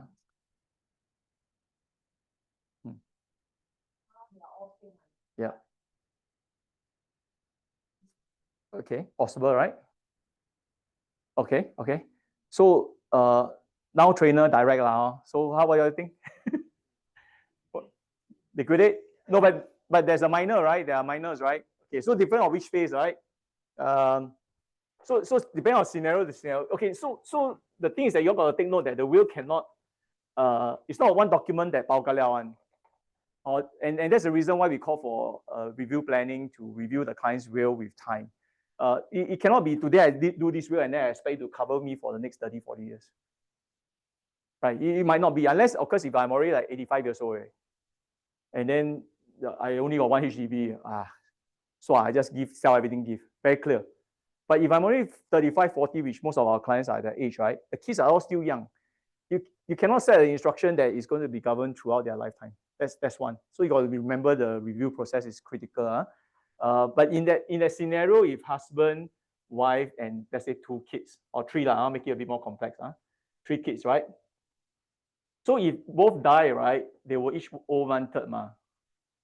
So if they are minor, okay, they're still minors, then you need to appoint a trustee to take care of the property for them until they are adult. And if you want to be specific, right, you can say that once the last child turns 21, this property will be sold. And if your will is so clearly written up, right, then the trustee will sell their property, distribute money. Once, let's say this guy is 23, 22, and 21. Also, once the last child reaches 21, the property will be sold and then distributed equally. The older one and the center one got to wait longer to receive the money. But that's your wish. Yes. Agreeing. Yep, correct. Yeah. Correct. So the money, if you are the trustee, you better keep 3 separate accounts. Keep one for him, and him, because they may use money differently. Because it's their money, right? So this guy study local. This guy want to go overseas.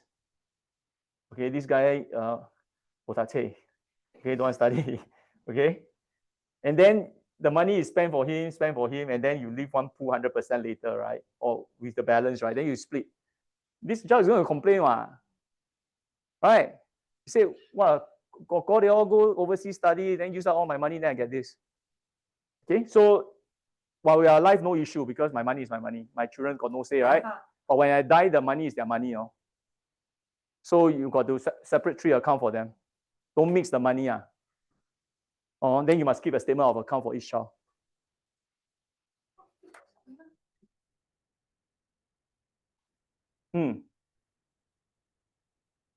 Correct. So they got to go and secure the approval from HDB to hold in trust until they are old enough. Okay, so precept will usually put a clause inside that subject to the HDB approval. They always bracket the HDB approval thing inside. So if HDB don't approve, then this won't work. They got to sell, then divide into cash portion. No?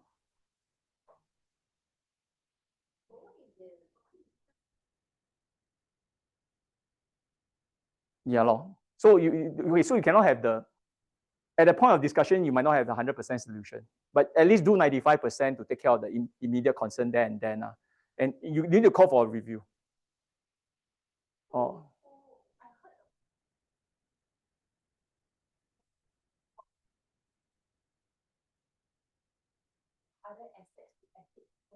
Okay, which we'll talk about. You can do that as well.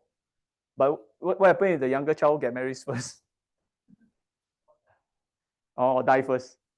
Die first, okay lah. The substitute beneficiary take over lah. Or that one can be resolved by the will. But if they get married first, then your plan fails.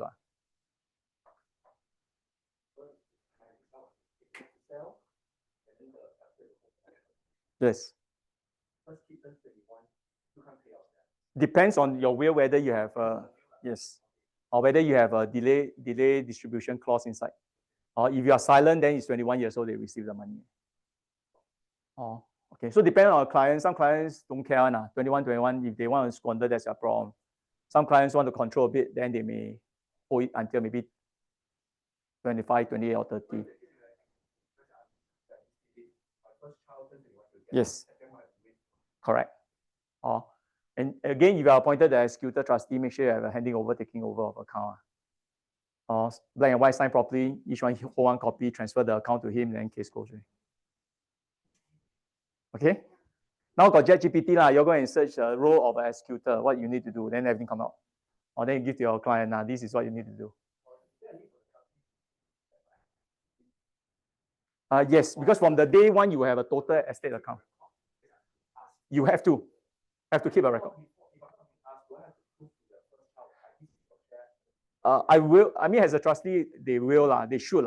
So that it's transparent. So they won't second guess what you're trying to do. So everything has to be proper. Not easy job. Not easy job. So if anyone come and ask you, can you be my trustee or not, you better think twice. Don't just take up. Okay. Okay, so in this case, we talk about a child survive and then mother die without a will, survive by 3 children, each one get 1/3, right? So what are some of the key considerations, right? Understanding that case, right? In fact, we already talk about some of the solutionings. What are some of the things that we need to put in the will to make sure that your instructions are fulfilled, right? What other things do you all think you all could do?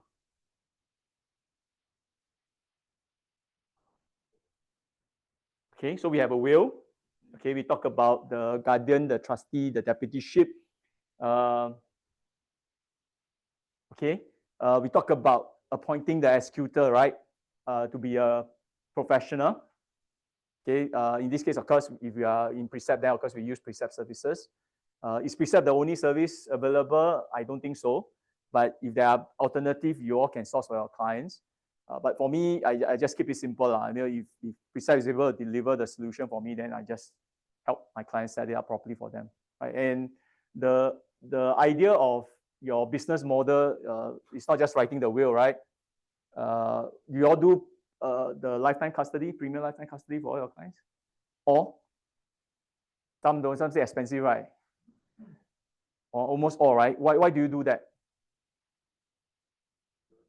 Security very clear, right? Confidentiality, security of your will. What else? Original will, rewriting fee, anything more?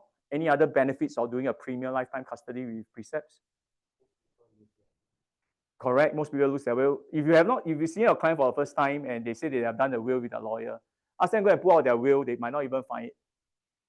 It's not lost, it's in the house. But don't know which file they put inside. Because it's so confidential, they keep, don't want the children go and pick when they're young, If they pick already, don't want to go, or don't want to study, or got money from parents, don't want to study. Okay, so they keep. And then when they keep between documents, when they move house, right? We all went through moving house, right? How easy to find some of these documents? Okay, what else?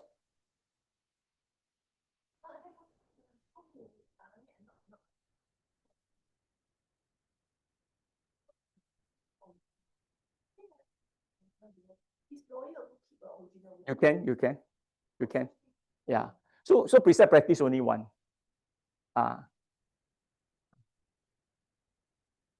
Some law firms do that. Yeah. I remember I did my first will, I got 2 original copies. One original copy I give to my brother, I keep 1 copy myself.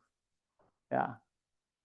But then of course, when things happen, if there are 2 original copies of 2 different dates, which one takes precedence? latest one lah. So the original is important because that's the one that the family court want to see to give you the grant of probate. Can. Some of them do practice that. So by precept, just hold one only. Also no confusion at all. Okay, one more. What do you think? Sorry, again? Okay, don't be tempted.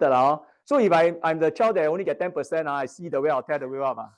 Or then I get one equal share with all my siblings. Okay. The other thing that you might want to consider premier lifetime custody for all clients that discount is up to 30%, right? More importantly is when you apply for a grant of probate for the executor, right? The court will need a schedule of assets. Okay. Husband and wife here, you all know what your spouses have? Or cannot see? No, don't know. Okay, so between spouses, usually we roughly know where the person bank, what investment they hold. Generally, we know which insurance company they buy from. But will the children know? Okay, and then if you appoint the brother, will the brother know or the sister know? Or maybe even a friend. Will you tell your friend where you keep all your money? Okay, so if you appoint precept as the executor trustee, make sure you do up the PAIB, which is the personal asset inventory book. If they don't want to do the book, they have an Excel spreadsheet. It's also good enough. Okay, with a premier lifetime custody, you can actually put this together with the original will.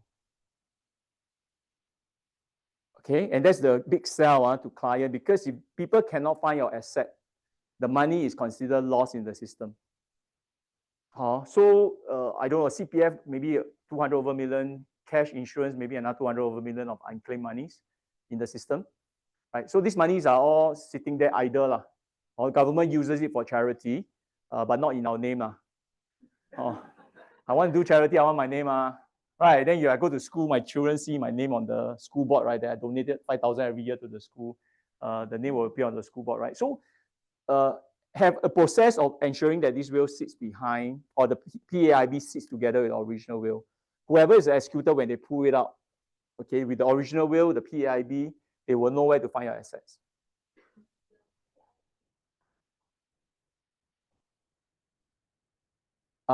It's hard copy, you got to print it out, and then they'll seal it in the envelope. Yes. It depends on what level of customer service you provide.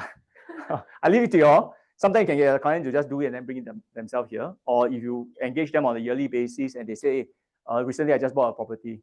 Can I include my asset list? Then you do it at the same time. And then because it's a one-time work, right? Once you have that PDF updated, right? Every year they just have to go in, just update only. They don't have to redo a new one. It saves so much time. Okay, so I always tell client, one-time effort, then you solve your problem for many years to come. Right? 做一次就好了. Then every year you like change your account, you just update accordingly. Save a lot of time after that. Okay, and with this, it makes the job of the executor, whoever it is, a lot easier. PAIB? Yeah, because you don't know. So depending on your relationship with your clients, some clients are okay with you, they will email the copy to you, ask you to print out. Then if you are in the FA business, you know their asset inventory, right? Then you know they got a huge liability, then their estate plan won't work. Then you got to talk to them about buying insurance. Then it's for you to do your other part of your job. But the PAIB gives you an indication of how they hold their assets. Okay, and in the conversation, but in the conversation later, you see the PAIB, they got overseas property. And then the will only covers Singapore only. Then it becomes a problem for your plan, right? Then you got to tell your client, do you have a will overseas for that property or not? If don't have, you might want to do it while you're overseas to set up a will in that country. So you're familiar with will writing Singapore? You can Singapore will cover worldwide asset? Can, but then you cannot concurrent activity. Settle here, then go overseas to settle. Okay, and subjected, sorry. Yes, you can. So a will can cover overseas asset, but it's subjected to the country approving your will. Correct. Ideally, if they have a lot of people buy Malaysian property, UK property, Australia property. If you are in the country, if they have a lawyer there, ask them to do a will in that country to distribute the asset.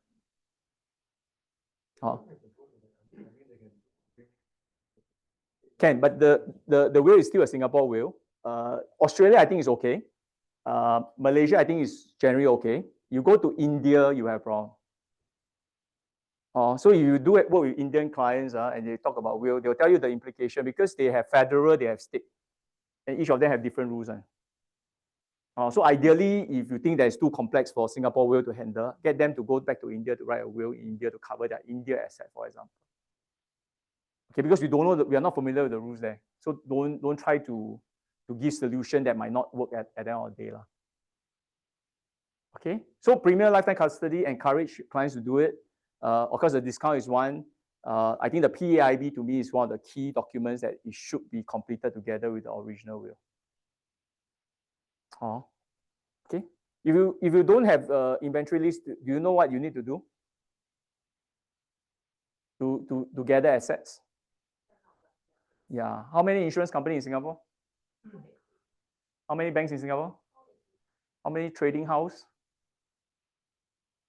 Okay, imagine at least 100 letters, right, that you potentially can send out. Property in Singapore not so bad, right? Because we go SLA, we go HDB, you can find the thing, right? So it's easy. But other assets, how about if they hold digital assets? How many invest in crypto? All the wallet very secure, right? Because you don't want people to hack, right? So it's so secure that your spouse might not even know the password. Then it's forever gone as well. Virtual. Okay, so these are some of the things that we need to do when it comes to the reviewing of the will. And don't assume that a will you do today is going to stay static. You got to do the review yearly, and if the situation change, then you need to adjust. Because client can divorce, right? Divorce, void the will? No, or because assume that you might still care for your ex-spouse. So some of these changes you need to adjust. So to answer that question, that what happens if the child grow up and all this, then along the way you need to review the will. If it happens before some of this scenario happen, then that point in time that will is executed.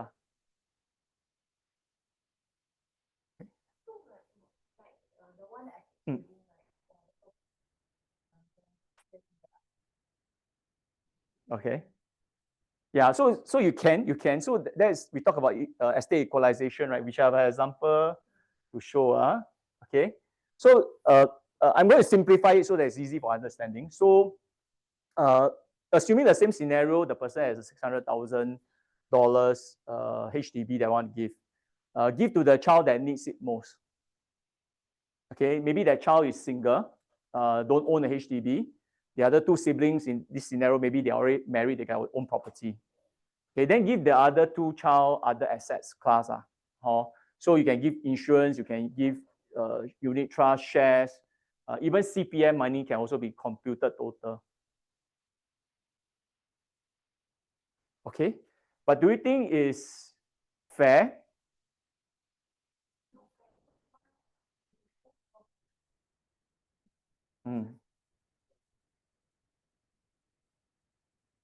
Okay, but maybe I change it. Is it equal or is it fair? Okay, equal may not be fair, right? So the children have to just suck it up, right? This is the best I can do. I give each of you equally same amount, each one 600,000. That's equal, but it's not fair, right? Because if I hold property, my property appreciate more than my cash. How? But if you go into that discussion with your client, you will never end on. Okay, so never go into that discussion. You gotta just tell them upfront that we will be as equal as possible, but we may not be the fairest when it comes to distribution. Are you okay now? Okay, then if they say, okay, let's work with this, then at least there's a plan for distribution. If they worry that, well, what happens if my unit trust value drop, what happens if my HDB price appreciate, what happens if get en bloc, no end, the possible scenario that comes up won't end. So need to get your client in line to say that, do you want to solve your problem today or not? Because if you die yesterday, right, your problem straight away happen already. But with this, at least each of them will get their own share. They can quarrel, they can be unhappy, but at least they get 600,000 each.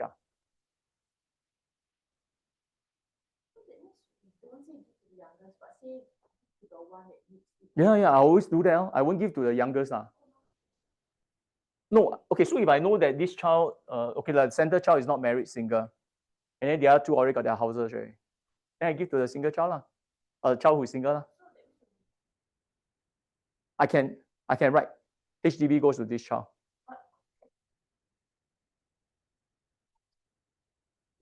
Oh yeah lah, yeah. Then can't, you can't. You no lah. You very difficult. Your will cannot be vague. Or cannot be vague. Yeah. Then solve the situation now. What's your biggest concern now? So your client got 3 young kids, right? What's your biggest concern for your client for the 3 young kids? Because I actually jumped the boat, so I was Okay. But you think for the future lah. Things okay.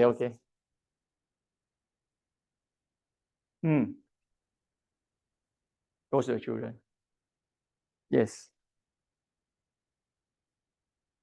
It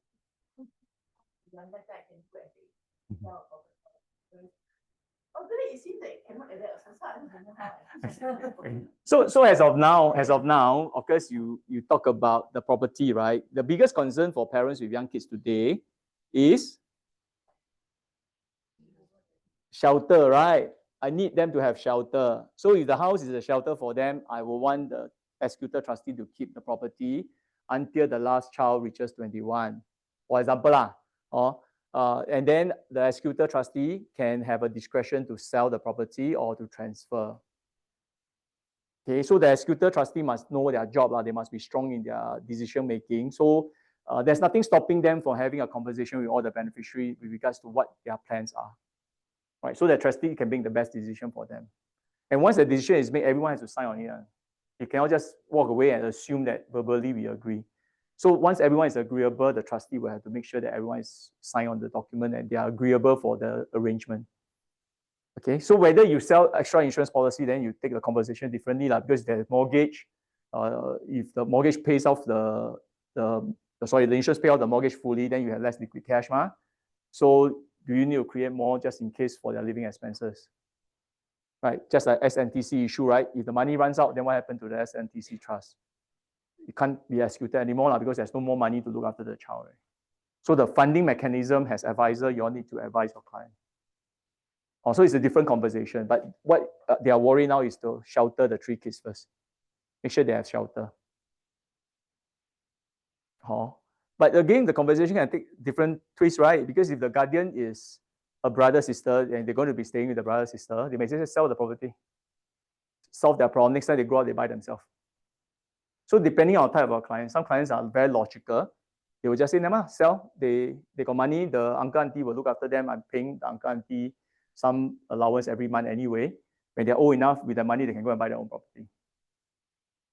That could be a conversation as well.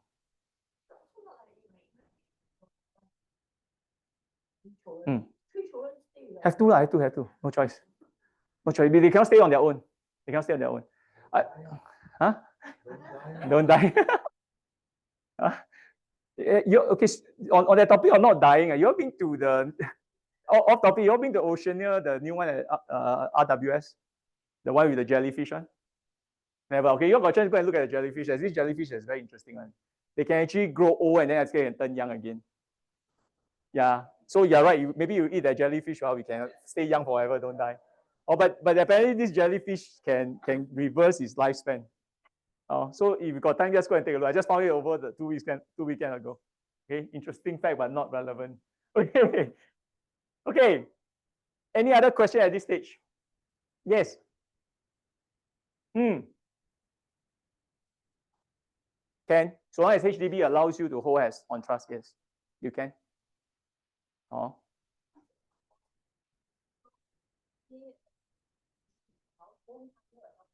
Can.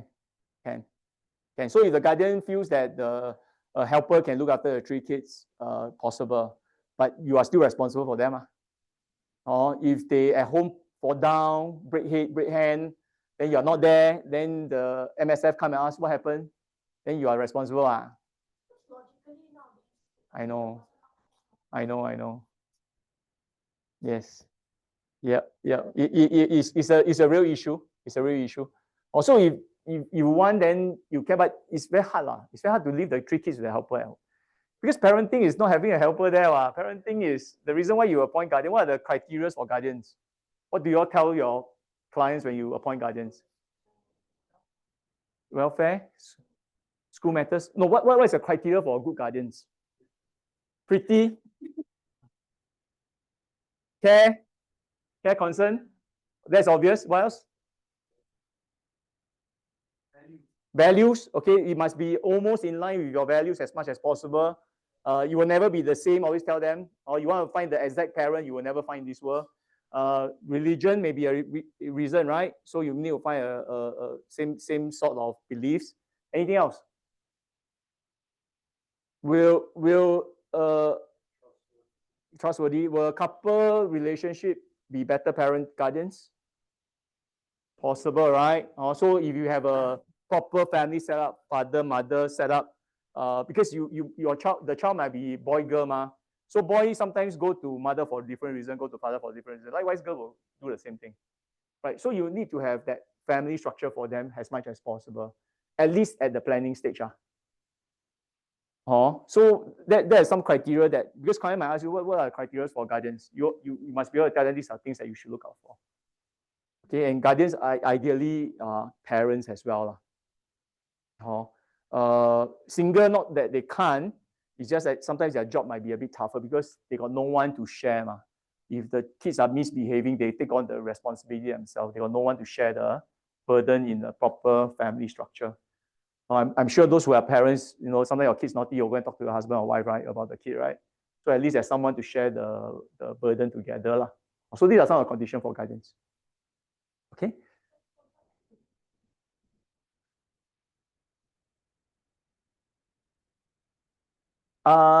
Okay, so you can appoint the husband, but the wife might not be the guardian. But at least in the same family structure, the guy is still there. But it's a husband and wife relationship. I know where you're coming from. So if the wife don't, yeah, I know. Yeah. Okay, so these are in your planning. So I don't know, when you all appoint, in your practice, when you all appoint, or your client appoint in their will, executor, trustee, guardians, right, or LPA where they appoint donees, do you all brief the guardians and the trustees on their role? Okay, you might want to consider doing that. It's extra work, but it's also extra prospect for you. Because if you brief them properly and they said, wow, you mean executor so much things to do. Okay, I think I better set up my will. Can you help me or not? But it's better that they don't take up at the point of planning rather than after it happened, they decide they can actually resign from the appointment. So if they resign, worse. I'd rather they know upfront, then they make that decision. But preset only can take care of the executor trustee. Guardians, you still need to be a person. Yeah. So have that as a conversation piece as well if you set up as part of the process.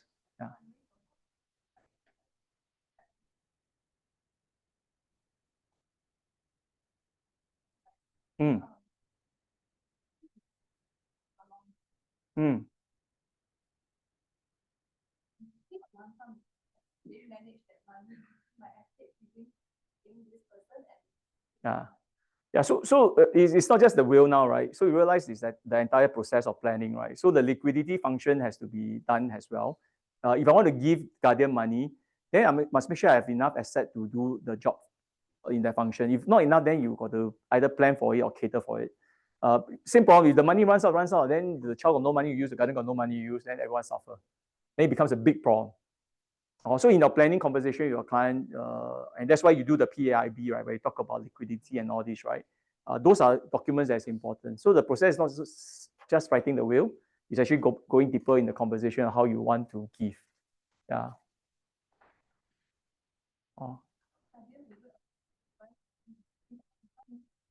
Yeah. Okay, so this one have the option. Okay, so usually I know we are advisory, but the thing is that you don't have to tell your client what to do. You set up the condition for them. Okay, so you say, okay, I give my guardian lump sum. This is one way. Every year you give lump sum. You look at your asset. If you got $1 million, 1% of $1 million, good enough. That's about 10,000 a year lah. If your growth is about 3-4%, then you got a bit more to give, right? Then you can consider doing that. Every year give a lump sum. You can give monthly, but it's a bit more leceh lah. Because every month, whoever the trustee must send money to them. And it's already a gift. So it's a gift, you might not want to control. Right? You give a lump sum, then they self-manage. You give to them anyway. How they use it, you are not bothered. So rather than give solution, give options. And then, of course, each option, tell them what's the pro and cons of each option. The client, most of them will be wise enough to decide. If they cannot, they say, then what do you think I should do? And you say, okay, if I'm in your situation, this is what I'll do. And they say, okay, I'll go with your solution. Then, okay. But most clients should be able to give you an answer. Okay, any other questions? Just like you mentioned, it's very common for Singaporeans to have property in Malaysia. So for survivor children, right, let's say there's no will, what's the first thing they need to do? To go to Malaysia? Okay, so Singapore settle the Singapore first, no will, do a letter of administration first. At least with the letter of administration, right, the administrator can go to Malaysia. The actual process there, I'm not very sure. Precept can advise because we still work with Rock Wills in Precept. Okay, so we still have a link with our parent company back then. They can advise us how to actually do the process once you have the letter of administration. Or if you have a grant of probate, better. Okay. Just be careful in Malaysia, not everyone can own Malaysian property. If you're not a Malaysian. Okay, so Singaporean buying Malaysian property, what's the value you can buy? 1 million and above, right? Anything below you cannot. So if, like in the scenario, if it's a PR who is a Malaysian, also own a condo, 400,000 there, and the beneficiary is a Singaporean, the Singaporean might not be able to inherit the condo in Malaysia. So these are again some conditions that if you are aware, you need to tell your clients. We might not know all the answer, but then if you're already aware, then you just be mindful that you got to tell your client those conditions. Agricultural land cannot also. That's why in the beginning you mentioned if the parent will sell the property to buy for the kid, even in HDB, usually very difficult to get back. So again, the parent sell the property to use the money to fund the kids, but the parents still alive. So now the kids pass away, the mother want to take the money back. Or even harder. Even if HDB will be. Yeah, because HDB cannot be held in trust. You cannot go to the court. Even if it's private. Private can. Then they can show it. Yes, private can. Because I have one live case. HDB, okay. That one is HDB. My client passed away suddenly. Okay. The mother initially don't want any money, but no will.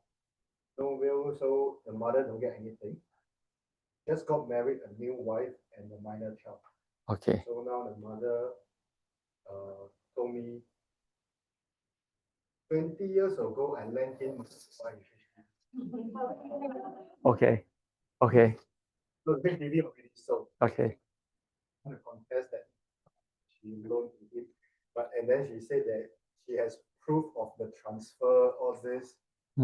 Is there any way that you can I think if you want to try, of course, you definitely can, but at what cost? Okay, because the one is still your grandchild, right? No, she wants to contest against the new wife. But the child, I don't know whether she wants to get the money for herself or her grandchild. The one that she wants to contest to is the new one. Yeah, but then when if you either you win or lose the case, you'll lose your grandchild forever. But then the grandchild was maybe she wants to take the money for the grandchild. No, but the mother of the child is not going to let her see the child anymore. Don't know how much is that. Yeah, so that's why the cost of doing it. Again, this is not something we can advise. I mean, if you want, you can refer a lawyer to her to get legal advice on that. I think that's the best option that she can go for. Yeah, but it's very hard to tell her let go. It's tough. Okay, so at what cost, right? So that's one. So again, we don't tell the client what to do. We give options, right? So what cost do you want? Because anyway, if the money is with them, it's also we want your grandchild, still your blood, right? So you can let it go. In a way, it's an inheritance to the grandchild. Because you will fight the mother, whether you win or lose, is not going to let you see your grandchild forever. I'm going to bring the grandchild away from you for sure, right? So that's one scenario. You can get a lawyer to ask first. Don't fight the case first. Ask first what are the implications. I got all this documentation. What is my chance? the lawyer will give an indication whether it's a good chance to win. But it's difficult, I feel, HDB, because it cannot be held in trust. If the other lawyer is smart and he goes into that clause, then HDB will just say, no, it's not my problem anymore. So already. So the deceased Okay. new property with the new one. Wow. Even more. So one more layer. This is like money laundering. After that, you cannot find the trace of the. Okay. So you got to, so you got to tell the client what she really wants. Yeah. Okay. So these are things that you got to be careful. So it's not just the buying of the property, right? I know of cases where parents sold their place, give the money for renovation. Just for renovation, not even paying for a house, or pay for renovation. You can also quarrel about renovation money because it's supposed to be my money. I give it to you because I'm staying with you, right? So it should be held in trust, But HDB don't allow you to do that. Then it's a different agreement with you and me, right? And then you start IOU with children, right? Unless from young you've always been practicing it, the children will take it as norm, right? But if you suddenly ask for it, then the children say, "Why you don't trust me?" Or then it becomes a different conversation altogether, right? And you don't want that kind of relationship with children, right? Then next time when you are older, you need medical bill, children make you sign IOU for medical bills. Oh, no end. Okay. Any other question? Yes. HPS, okay.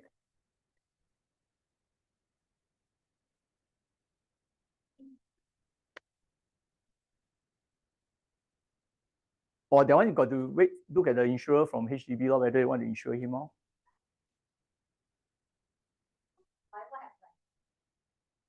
Yeah. HDB is not cruel again. You talk to them, pay slowly or whatever, then that's an option. Okay, so again, HPS, you all know, it's a home protection scheme. Okay, so it's a different conversation here. Whether it can insure, cannot insure, is not just the HPS, right? Our own personal insurance is also a big topic, right? Whether you can fund the testamentary trust is another question. If there's no insurance to leverage on that, you can't do it. Then you got to look at other solutions. Either you save a bit more, you set aside a bit more, use your CPF. So there are other solutions. But if, let me see what I want to say, HPS. Okay, housing, HDB, you can loan from HDB or you can loan from bank, right? Okay, so let's say you loan from bank. Okay, now HDB property 1 million. You pay down payment 20%. There's an 800,000 loan. Okay, I'm going to be a bit general. Husband working, wife not working. Okay, so husband took a bank loan with OCBC and husband died. Then the wife not working.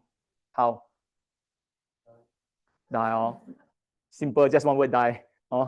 Okay, because she cannot take a loan. She's not working. Also, she cannot refinance, so she must find money to pay off the loan. And this is OCBC, this is not even HDB. HDB maybe still can cham siong a bit, but bank, they'll ask you go and find the money to pay me. If you have enough, you can show them cash in your bank account, maybe they will consider.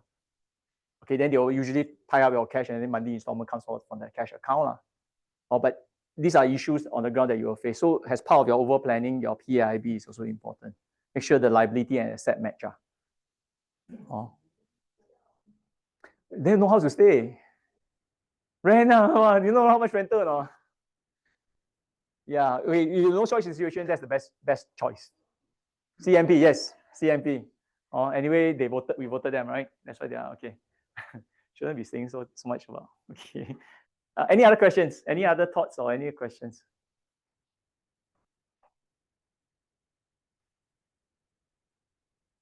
Yeah. Okay. So my own uncle. Okay, he is a HDB not so bad. So my own uncle married a foreign wife. He died. The property cannot be held because he wanted to give money. So I was the appointed executor trustee. So what I did was that I tidy up the property, clear up the house, sold it for money So the money came out, got distributed, and of course the wife got a bit. No kids, fortunately, in a sense. So the wife got a bit of money, but the wife was on a work permit. So she got to keep maintaining a work permit, but the money is still held in trust by me. Okay, so my uncle set a 10 years trust period for some of the beneficiaries. Okay, so I am appointed as trustee. Not that I wanted to, but I 10 because she got to secure her own work permit. Then you very jialat.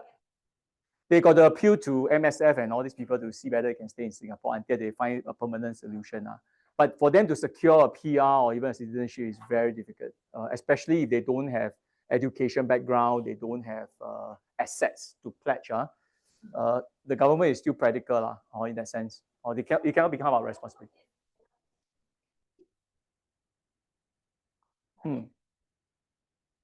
Yeah. Yeah. Yes. Yes. Correct. And the mother could probably, correct, and the mother could probably still stay in Singapore because the child is a citizen. Based on that, the government will let her stay. Foreigners. Correct. Yep. Correct. So at least secure a PR if they marry a foreign wife. The child at least secure a PR. Although at least one foot in the country first. Then you really anything just serve national service for the boys, you get a citizenship. Yes. There are quite a number of people that they married foreigners. Yes. And the foreigner continue to enjoy to be just PR, they want to convert. Okay. So then later on they adopt kids. So if let's say obviously this couple will have a property and joint tenancy. So if the husband who is a Singaporean or converted Singaporean dies first, so the wife is able to keep the house or with who? Or let's say if the husband passed on first, then the wife is still holding a PR and not working. Okay. So will HDB allow her to hold the flat? With who first? On the loan? Alone cannot. The two adult kids. If the adult kids are citizen can or PR can. Must the name be transferred to them? Yes, you have to because the condition is that it must form the part of the family structure. So a PR cannot hold as single. So they need to have a family structure to hold the HDB. Okay, let's say assuming both kids okay, two scenarios. If the kids are below 21, above 21. Correct. So same thing, the trustee has to go and appeal to HDB to allow them to keep the property until the kids are old enough. By rule cannot. Based on the condition we have, right? By rules cannot. But then anything again, if out of the norm, got to go back to HDB to ask. So when you say transfer name, is there money involved? No, it's inheritance, it's inheritance.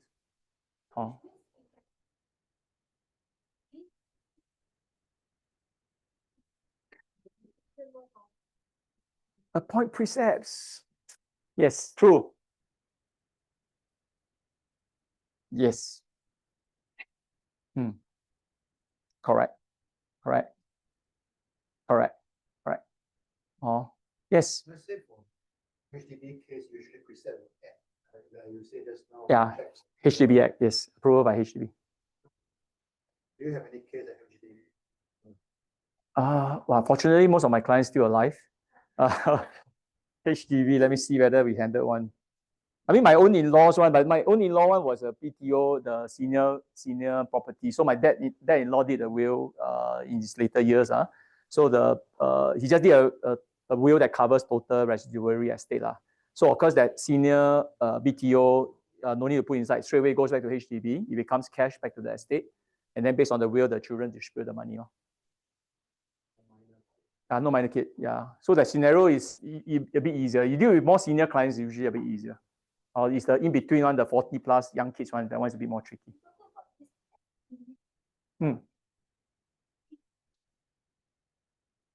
This, by then whatever balance of lease.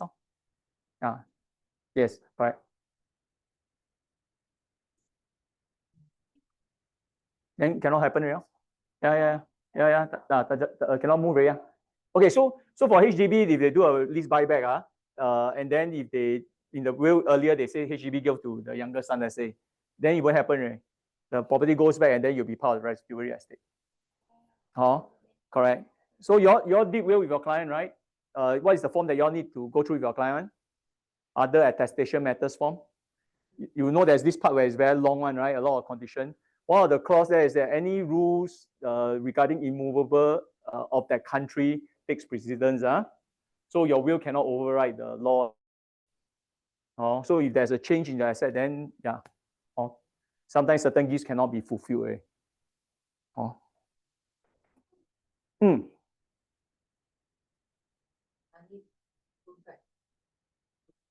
No. Buyback is not correct. Wow, this one.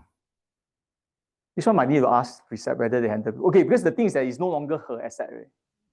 It's a lease back. So I cannot give something that is not mine. Yeah. Correct. Okay, yeah. Because the property is not your property anymore. You only can give what is yours. Once you do a lease back or the senior apartment, right, it's actually not yours. You are only there staying. You are only a tenant, right? So that clause shouldn't be effective. Yeah. Thanks for pointing out. I think they are. Because you need to be an owner of the asset to be able to give assets. So if you sell a property and you want to give to your younger son, then the same question, then the cash should give to him. But it's not, because you say this property give to him, but the property is sold, it become cash.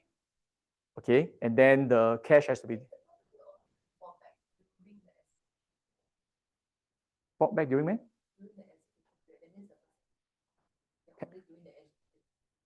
Cannot happen. Can it happen? Can it happen? Cannot happen. You will decide before we die. Okay, so the same condition, if I sell my property, so money is on midway transaction transiting to come to my account, but OTP all signed already, transaction approved, then I die. Then I cannot give the cash to this son because it's sold already. Or the money will be part of the residuary asset. Also, same condition for the lease buyback property. Doesn't, because it's a different address. Correct. Right. If not, then the property forms residuary. For the shares. Shares of? Stocks and shares. You usually put residuary lah. Unless you want to say share portfolio give to son A, unit trust portfolio give to son B, insurance give to son C. Can. So if you have a 1,000 DBS share, your 1,000 DBS share can cut into different proportion as well. Shares is easy. Or just go CDP, they will do the name transfer, everything.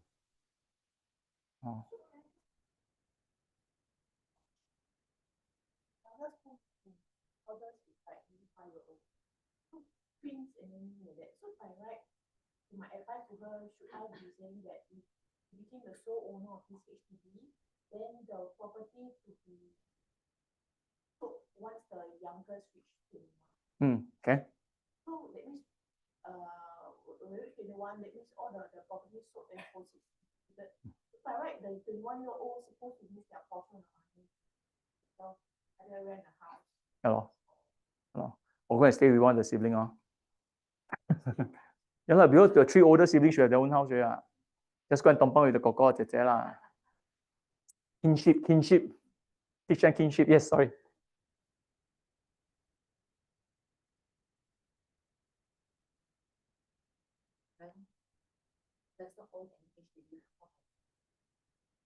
Can you write a clause upon my HDB upon my device?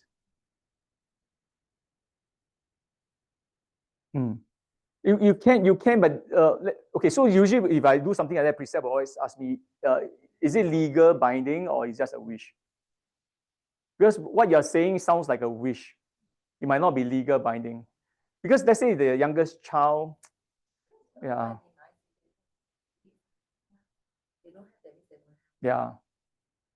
But you can create issues because your children, if let's say they read the will, they know, right? Then they all don't buy.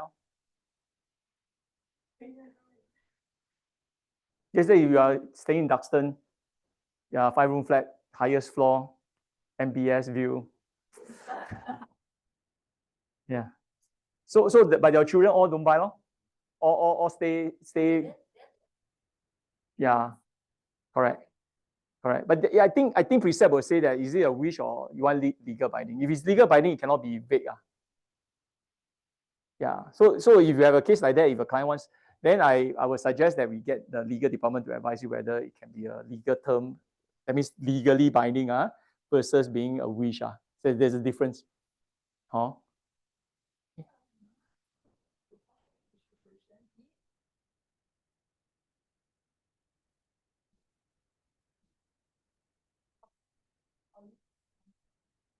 Okay, so it depends on how sticky your client is. If you want to give specific property to specific people, go by address. Very clear. If it's you want to leave the discretion to the executor to manage the entire thing as a whole, right, has 100%, also can. So the discretion all fall on the executor to decide what's best for the family, whether to keep, sell, rent, or transfer later, the executor decide on. Possible.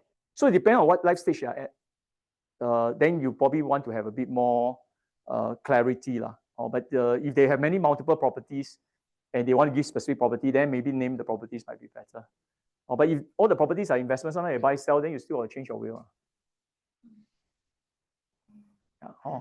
So again, like I say, don't look at what is the biggest problem today. Solve the biggest problem today first. If things change in the future, be it asset, beneficiary, or even your appointment holders, that's when we need to come in to review the will. Okay, you just ask your clients who wrote will with their lawyers, right? When was the last time the lawyer called you to do a review of your will? Never. Not many lah. I won't say never, not many. Okay, so that's why we play a very important role to always go back to your client to actually update. Don't have to see face to face. Sometimes coffee chat you can talk about it, or sometimes through call, or sometimes through a message. Any major changes in your life? Anyone die? No lah. Any major changes is a better way. Okay. Any other questions? Yes.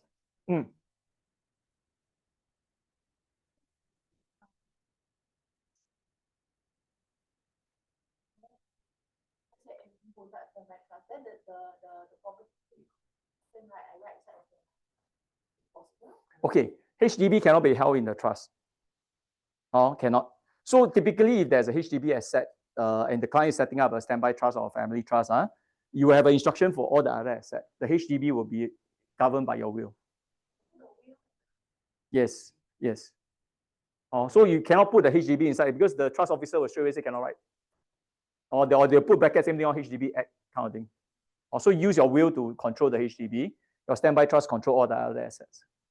I mean, for standby trust in the will, the HDB don't put an interest, just put HDB. Then all everything in which the LOW will just have all the interest, all the private property in the LOW. HDB, you can if you want, but then it's still a clause. So if it's a yeah, but then just write your address since there's already a clause.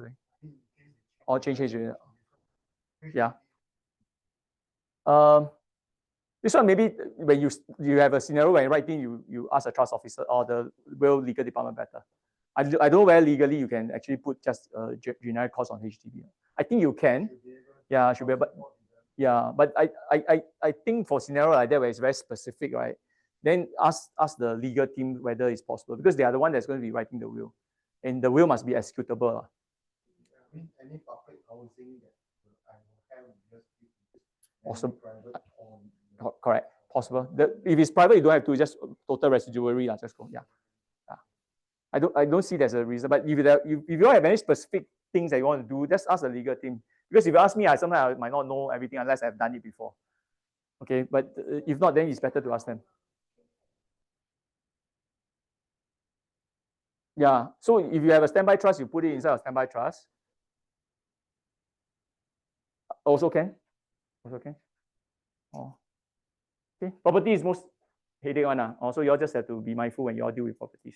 Okay. Any other questions? One question. Yes. Let's say, for example, two PR, right? Yes. Someone mentioned that two PR itself. Let's say one plus one, the other one can one, right? So let's say it's actually an old couple and they have 3 children. So 2 children have HDB, 1 is private. In this case itself, right? Let's say, for example, if they are joint tenancy, so how will we take out that?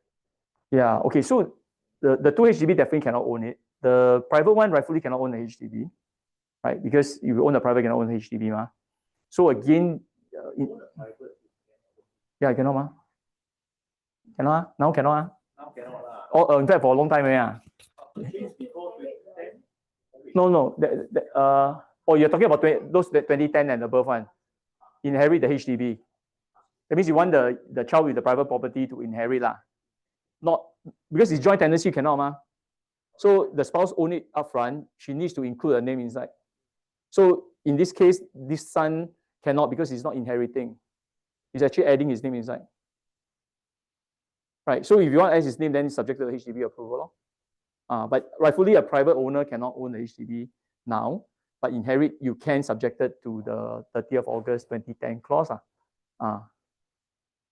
So you got to look at the scenario to see what is the best option. But sometimes really you don't have an option, then if it's just a single PR, then she got to go talk to HDB whether she can keep it. No, because the whole HDB is supposed to be a family unit or citizen to own. So the condition of HDB are still fulfilled. Anything out of that eligibility, then that's where you need to talk to HDB. So understand the eligibility first. Okay, I will end here. So if you all got a question, I will stay here to answer those questions, but I don't want to hold back the rest because it's almost 5. Okay, so stay. Okay, if not, thanks for your attendance. If you have question, I'll be here. If not, then the rest have a great week ahead. Okay, and more estate planning cases. Thank you.